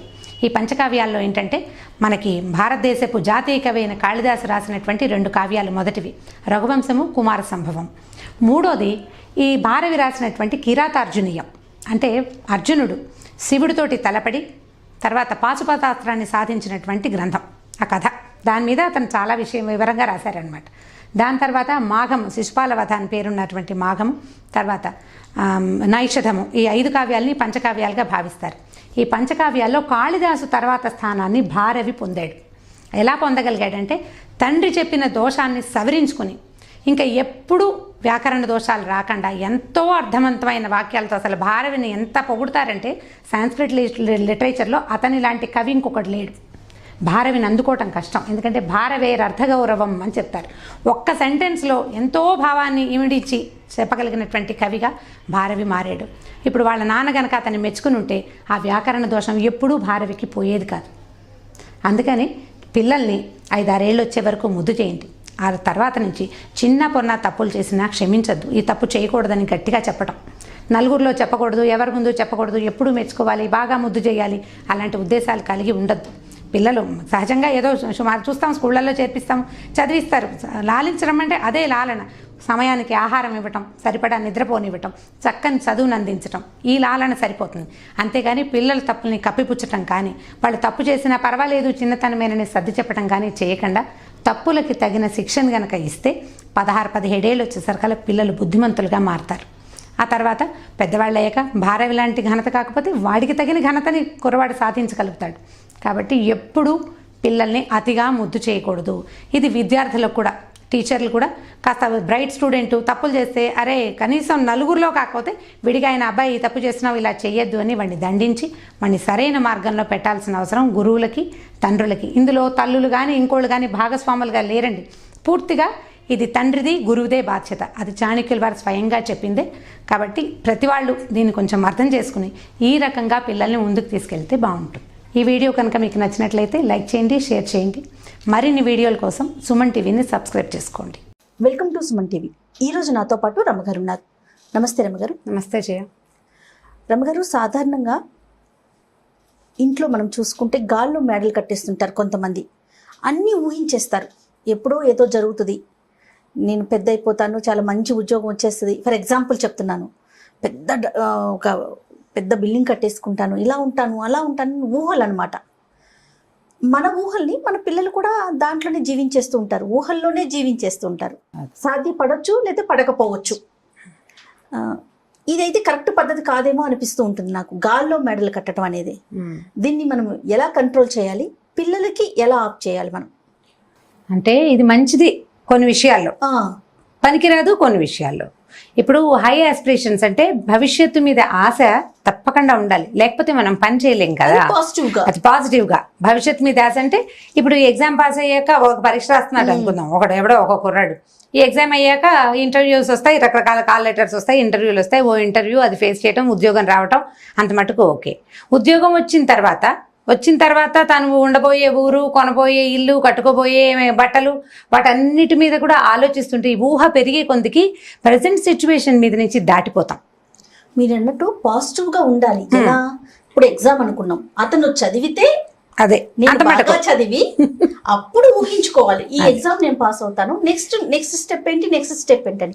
ఈ చదవటం అనేది వదిలేసి నేను పాస్ అయిపోతాను, ఆ ఉద్యోగం చేసేస్తాను, ఇంత శాలరీ వచ్చింది, పెళ్లి చేసుకుంటాను, ఓ పెళ్ళం వస్తుంది, ఇల్లు కడతాను, ఈ ఊహలు కాదు కదా. అది నేను అనేది. అంటే ఎప్పుడైనా ముందుకు ఊహించాల్సిందే, అది తప్పదు, అది అవసరం. కాకపోతే చెయ్యాల్సిన పని మానేసి ముందుకు వెళ్ళకూడదు. అది ఇప్పుడు తండ్రులు కానీ తల్లులు కానీ ఇంట్లో ముందు ఊహలు కనుక చేసి మాట్లాడుతుంటే పిల్లలు కూడా అలా ఊహిస్తారు. ఒకటి. రెండోది, పిల్లలు కొంతమందికి ఏంటంటే రకరకాల కథలు చదవటం వల్ల కొత్త ఆలోచనలు వస్తాయి కదా, ప్రజెంట్ సిచ్యువేషన్ వదిలిపెట్టేసి ముందుకెళ్తూ ఉంటారు, స్వారీ చేస్తారనమాట, ఊహల మీద ముందుకెళ్ళిపోతూ ఉంటారు. అయితే ఈ వెళ్ళిపోయేటప్పుడు ఏమవుతుందంటే ఒకచోట ఎక్కడ ఆగాలో పిల్లలకి తెలియదు, పెద్దవాళ్ళకి కొంత తెలుస్తుంది. ఎందుకంటే మనం ప్రాక్టికల్గా అనుభవించేది, కష్టపడేది, ఇబ్బంది పడేది పెద్దవాళ్ళు కదా, పిల్లలకి అర్థం కాదు. మనం ఏం చేయాలంటే ఇంత మటుకే ఊహించు, ఇంతకంటే ఊహించకూడదు. ఈ 4 రోజులు గడిచాక ముందు ఈ పులుసుతో ఈ ముద్ద మింగు, ఇది మింగిన తర్వాత అప్పుడు పెరుగన్నం అది చెప్తూ ఉండాలి. అయితే కథలు చెప్తాం కదా మనం, అందులో ఇట్లాంటి కొన్ని కథలు ఉన్నాయి. బృహత్ కథ కథాచరిత సాగరం అని సంస్కృతిలోవే కథలు చాలా బాగుంటాయి, అన్ని కొన్ని తెలుగులో కూడా ఉన్నాయి. దాంట్లో నుంచి ఒక కథ చెప్దాం, ఇంట్రెస్టింగ్గా ఉంటుంది. ఇది పెద్దవాళ్ళకి పిల్లలకి కూడా, మరి చిన్న పిల్లల కోసం అని అనుకోవద్దు. ఏదైనా మనం హెచ్చుగా ఊహిస్తున్నప్పుడు నువ్వు ఆ పేలపిండి బ్రాహ్మణ కథలాగా చేస్తున్నావు అని మనం గుర్తు చేయొచ్చు అనమాట. అలాంటి స్టోరీ. ఒక ఊళ్ళోనట ఒకడు కొంచెం పేద బ్రాహ్మడు, కాస్త ఆశపోతనమాట. అతను పక్క ఊళ్ళో భోజనానికి ఎవరో పిలిచారు, బ్రాహ్మణ భోజనం అని పిలిస్తే ఇతను అక్కడికి వెళ్ళేసరికల్లా వాళ్ళు ఏం చేశారు, చక్కగా ఫుల్గా భోజనం పెట్టారు. మధ్యాహ్నం దాకా అక్కడ ఉన్నాడు. వాళ్ళు ఏం చేశారంటే, అయ్యగారు పేలపిండి ఉందండి మా ఇంట్లో, ఎవరికైనా ఇద్దామనుకున్నాము, మీరు పట్టుకెళ్తారా అని అడిగాడు. బెల్లం కలిపారా అని అడిగాడు ఆయన. బెల్లం కలపలేదండి, పచ్చి పేలాలు పేలాలు వేయించి పిండి చేశారు. నువ్వు కావాలంటే బెల్లం కలుపుకుని కుడువులు చేసుకోవచ్చు, లేదా ఒట్టి పేలపిండి బెల్లం నెయ్యి కలుపుకుని ఒట్టిగా తినచ్చు. పేల పిండి అంటే అర్థమైంది కదా, జొన్న పేలాలతోటి వాటితోటి చేస్తారు. సరే, ఒక కుండ నిండా పేలపిండి పోసారు వాళ్ళు. పోసి ఆ కుండనెత్తి బ్రాహ్మడి చేతిలో పెట్టారు. దండం పెట్టి ఏదో ₹1 దక్షిణ ఇచ్చారు. వెళ్ళి రండి, మళ్ళీ అవసరమైతే పిలుస్తామన్నారు. ఈ బ్రాహ్మడు ఈ పేలపిండి చంకలో పెట్టుకుని వెళ్తున్నాడు. కొంచెం దూరం వెళ్ళాక ఏమైంది, ఫుల్గా భోజనం చేశాడు కదా, 3-3:30 అయ్యేసరికి నిద్ర వస్తున్నట్టుంది అతనికి నడుస్తుంటే. 2 గంటలు పడుకుని కొద్దిగా చల్లబడ్డాక అప్పుడు వెళ్దాం అనుకున్నాడు. ఈ వెళ్తున్న దారిలో ఏవో చెట్లు చేమలు ఉంటాయి కదా పల్లెటూళ్ళంట, చిన్న అడవి లాంటిది ఉందన్నమాట. సరే, ఒక చింత చెట్టు కనపడింది. సరే, చింత చెట్టు అంటే పెద్దగా దట్టంగా ఉంటే కిందంతా నీడ ఉంటుంది. ఈ పేలపిండి కుండని తువ్వాలకు కట్టి దాన్ని వేళ్లాడేశాడు పైన. కుండ కింద పెడితే ఏ పురుగో పొడి ఏదైనా ముట్టుకుంటాయి కదా, కుక్కలు నక్కలు లాంటివి వచ్చి వాసన చూస్తాయి, కుక్కలు వస్తే మరీ పాడైపోతుంది. అందుకని కొంచెం పై ఎత్తుకి వేళ్లాడేశాడు, బాగా చేతికి అందేలాగా. ఆ బ్రాహ్మడు సామాన్యమైన వాడే, పొడుగాటి వాడి పైన ఎక్కడో ఒకట్లా కొంచెం చేతికి అందేటట్టు కట్టాడు. సరే, ఏం చేస్తాడు, ఈ కింద కాస్త కాళ్ళు చాపుకుని పడుకుని ఆ కుండకేసి చూస్తుంటే, ఆహా, 5-10 రోజులకి సరిపడా భోజనం దొరికింది కదా. సాయంకాలాలు ఎంచక్క అంత బెల్లం కలుపుకుని ఇంత నెయ్యి వేసుకుని తింటే ఇక రాత్రి భోజనం తగ్గిపోతుంది, రాత్రి బియ్యం తగ్గిపోతాయి, రాత్రికి అంత అన్నం తినాలి. మామూలుగా అయితే పేలపిండి తింటే ఇంతే, మజ్జిగ తింటే సరిపోతుంది, ఇది హెవీగా ఉంటుంది అనమాట అని ఆలోచించాడు. ఆలోచిస్తే అప్పుడు అతనికి అలా ఊహలు సాగుతున్నాయి అనమాట. నిద్ర బాగా పట్టలేదు, ఊహిస్తున్నాడు.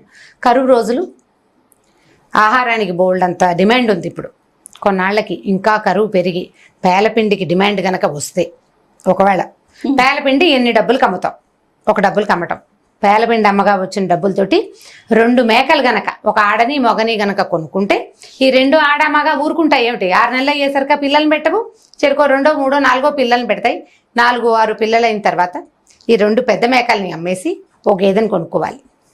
గేదె కూడా ఏళ్ళకి 2 ఏళ్లకు ఓసారి ఇంతుంది. అప్పుడు ఒక గేదె 2 ఏళ్ళు తిరిగేసరికల్లా 2 గేదెలు అవుతాయి. పిల్లని ఉంచుకుని తల్లిని అమ్మేయాలి. తల్లిని అమ్మేశాక గేదెని అమ్మేస్తే ఏమవుతుంది, కొంచెం కాస్త ఎక్కువ డబ్బులు వస్తాయి కదా. పైగా ఆల్రెడీ 1-2 పిల్లలు ఉన్న గేదె, కడుపుతో ఉన్న గేదె అంటే చూడి గేదెని అమ్మితే డబ్బులు ఎక్కువ వస్తాయి. చూడి గేదె అంటే మరి కన్నాకు ఈయన తర్వాత బోళ్ళు పాలిస్తుంది కదా. సో అప్పుడు వచ్చే డబ్బులతోటి ఒక చిన్న ఎడ్ల జత ఒక దాన్ని కొనుక్కుంటే చాలా బాగుంటుంది. ఈ ఎడ్ల జతను కొనుక్కున్న తర్వాత ఊళ్ళో మడకలు కడతారు, అంటే నాగలు కట్టి దున్నుతారు కదా. ఆ పొలం పనులకి 4-5 సంవత్సరాలు, 4-5 నెలలు, ఏళ్ల దాకా ఆయన ఆలోచించలే. నెలలు తిప్పేసరికల్లా ఏమవుతుంది, ఈ పొలాల్లో దున్నుతుంటే ఎక్కడో ఒక చోట నాకు లంకె బిందెలు దొరుకుతాయి. ఒక బిందె దొరికితే ఇక ఇంకేముంది, ఆ డబ్బులు పెట్టి చక్కగా ఒక పెద్ద ఇల్లు కట్టుకుని, ఆల్రెడీ మన దగ్గర ఎన్ని ఉన్నాయి, మొదట మేకలు ఉన్నాయి, తర్వాత గేదెలు ఉన్నాయి, తర్వాత ఎడ్లు ఉన్నాయి. ఈ ఎడ్లకి ఇంటికి మధ్యలో మరి నాగళ్ళు ఉన్నాయి. ఇప్పుడు ఇదంతా ఏర్పరచుకున్న తర్వాత చక్కగా ఇంటికి చుట్టుపక్కలంతా పళ్ళ తోటలు, సపోటాలు, దానిమ్మలు, ద్రాక్ష, ఇక 5-6 చప్పన్న ఫలాలు, 5-6 తోటి ఆగలేదన్నమాట. మొత్తం అన్ని రకాల పళ్ళ తోటలు వేసేసుకోవటం. అక్కడి నుంచి చక్కగా లక్షణంగా ఒక అందమైన పిల్లని చూసి పెళ్లి కూడా చేసుకోవచ్చు. నేను పెళ్లి చేసుకున్న తర్వాత, పెళ్లి చేసుకున్నాక ఓ ఏడాదికి కొడుకు పుట్టాడు ఆయనకి. ఏడాదికి పుట్టిన కొడుకు పిల్లాడు ఏడుస్తున్నాడు. ఏమే భార్యని ఎత్తుకోమన్నాడు.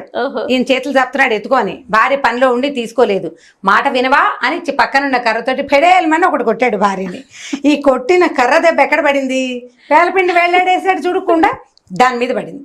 ఆ కుండ పగలటం ఏంటి, దబ్బమని మొత్తం పిండి అంత పేలపిండి అంటే డస్టీగా ఉంటుంది కదా, ఈయన మొహం నిండా పడింది. మొత్తం కుండ బద్దలై అంతా కింద మీద అయిన తర్వాత అప్పుడు ఆయనకి తను ఎక్కడున్నానో జ్ఞాపకం వచ్చిందనమాట. ఇప్పుడు పేలపిండితో మొదలుపెట్టిన కథ దాంతోటే ఎండ్ అయిపోయింది.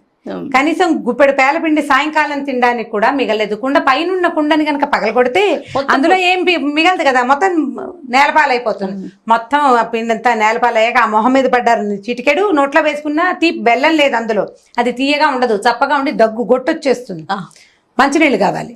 సరే, ఇంకేం చేశాడు, అయ్యో దేవుడా నేను ఊహించి ఉన్నది కూడా పాడు చేసుకున్నానే అని ఏం చేశాడు, ఆ కుండ అక్కడ వదిలిపెట్టేసి ఆ తువ్వాలు మాత్రం నెత్తిన మీద కప్పుకుని మెల్లిగా ఇంటి దారి పట్టాడు. ఇప్పుడు గాలిలో మేడలు కడితే మనం ఎక్కడున్నామో అక్కడే ఉండిపోతాం. ముందుకి వెళ్ళడానికి మేడ కట్టకూడదు, మెట్లు ఎక్కాలి. ఒక మెట్టు ఎక్కితే అప్పుడు పైకి వెళ్తాం, ఇంకో మెట్టు ఎక్కితే ఇంకా పైకి, వరుసగా మెట్లెక్కుతూ వెళ్ళిన వాడే గాలిలో ఉన్న మేడని చేరగలడు. కానీ కింద నుంచి దాని ఎత్తును గురించి ఆలోచించేవాడు చేరలేకపోతాడు. పదే పదే పిల్లలకి ఇలాంటి కథలు చెప్తే ఎక్కువ స్ట్రెచ్ చేయొద్దు. ఏ ఆలోచన అయినా పరీక్ష బాగా రాయటం, దానికోసం మనం ఏం చేయాలి అంత మటుకే చేయాలి. ఎగ్జామ్ అయిపోయి మార్కులు వచ్చేసిన తర్వాత అప్పుడు ఇంకో దాని గురించి ఆలోచించాలి.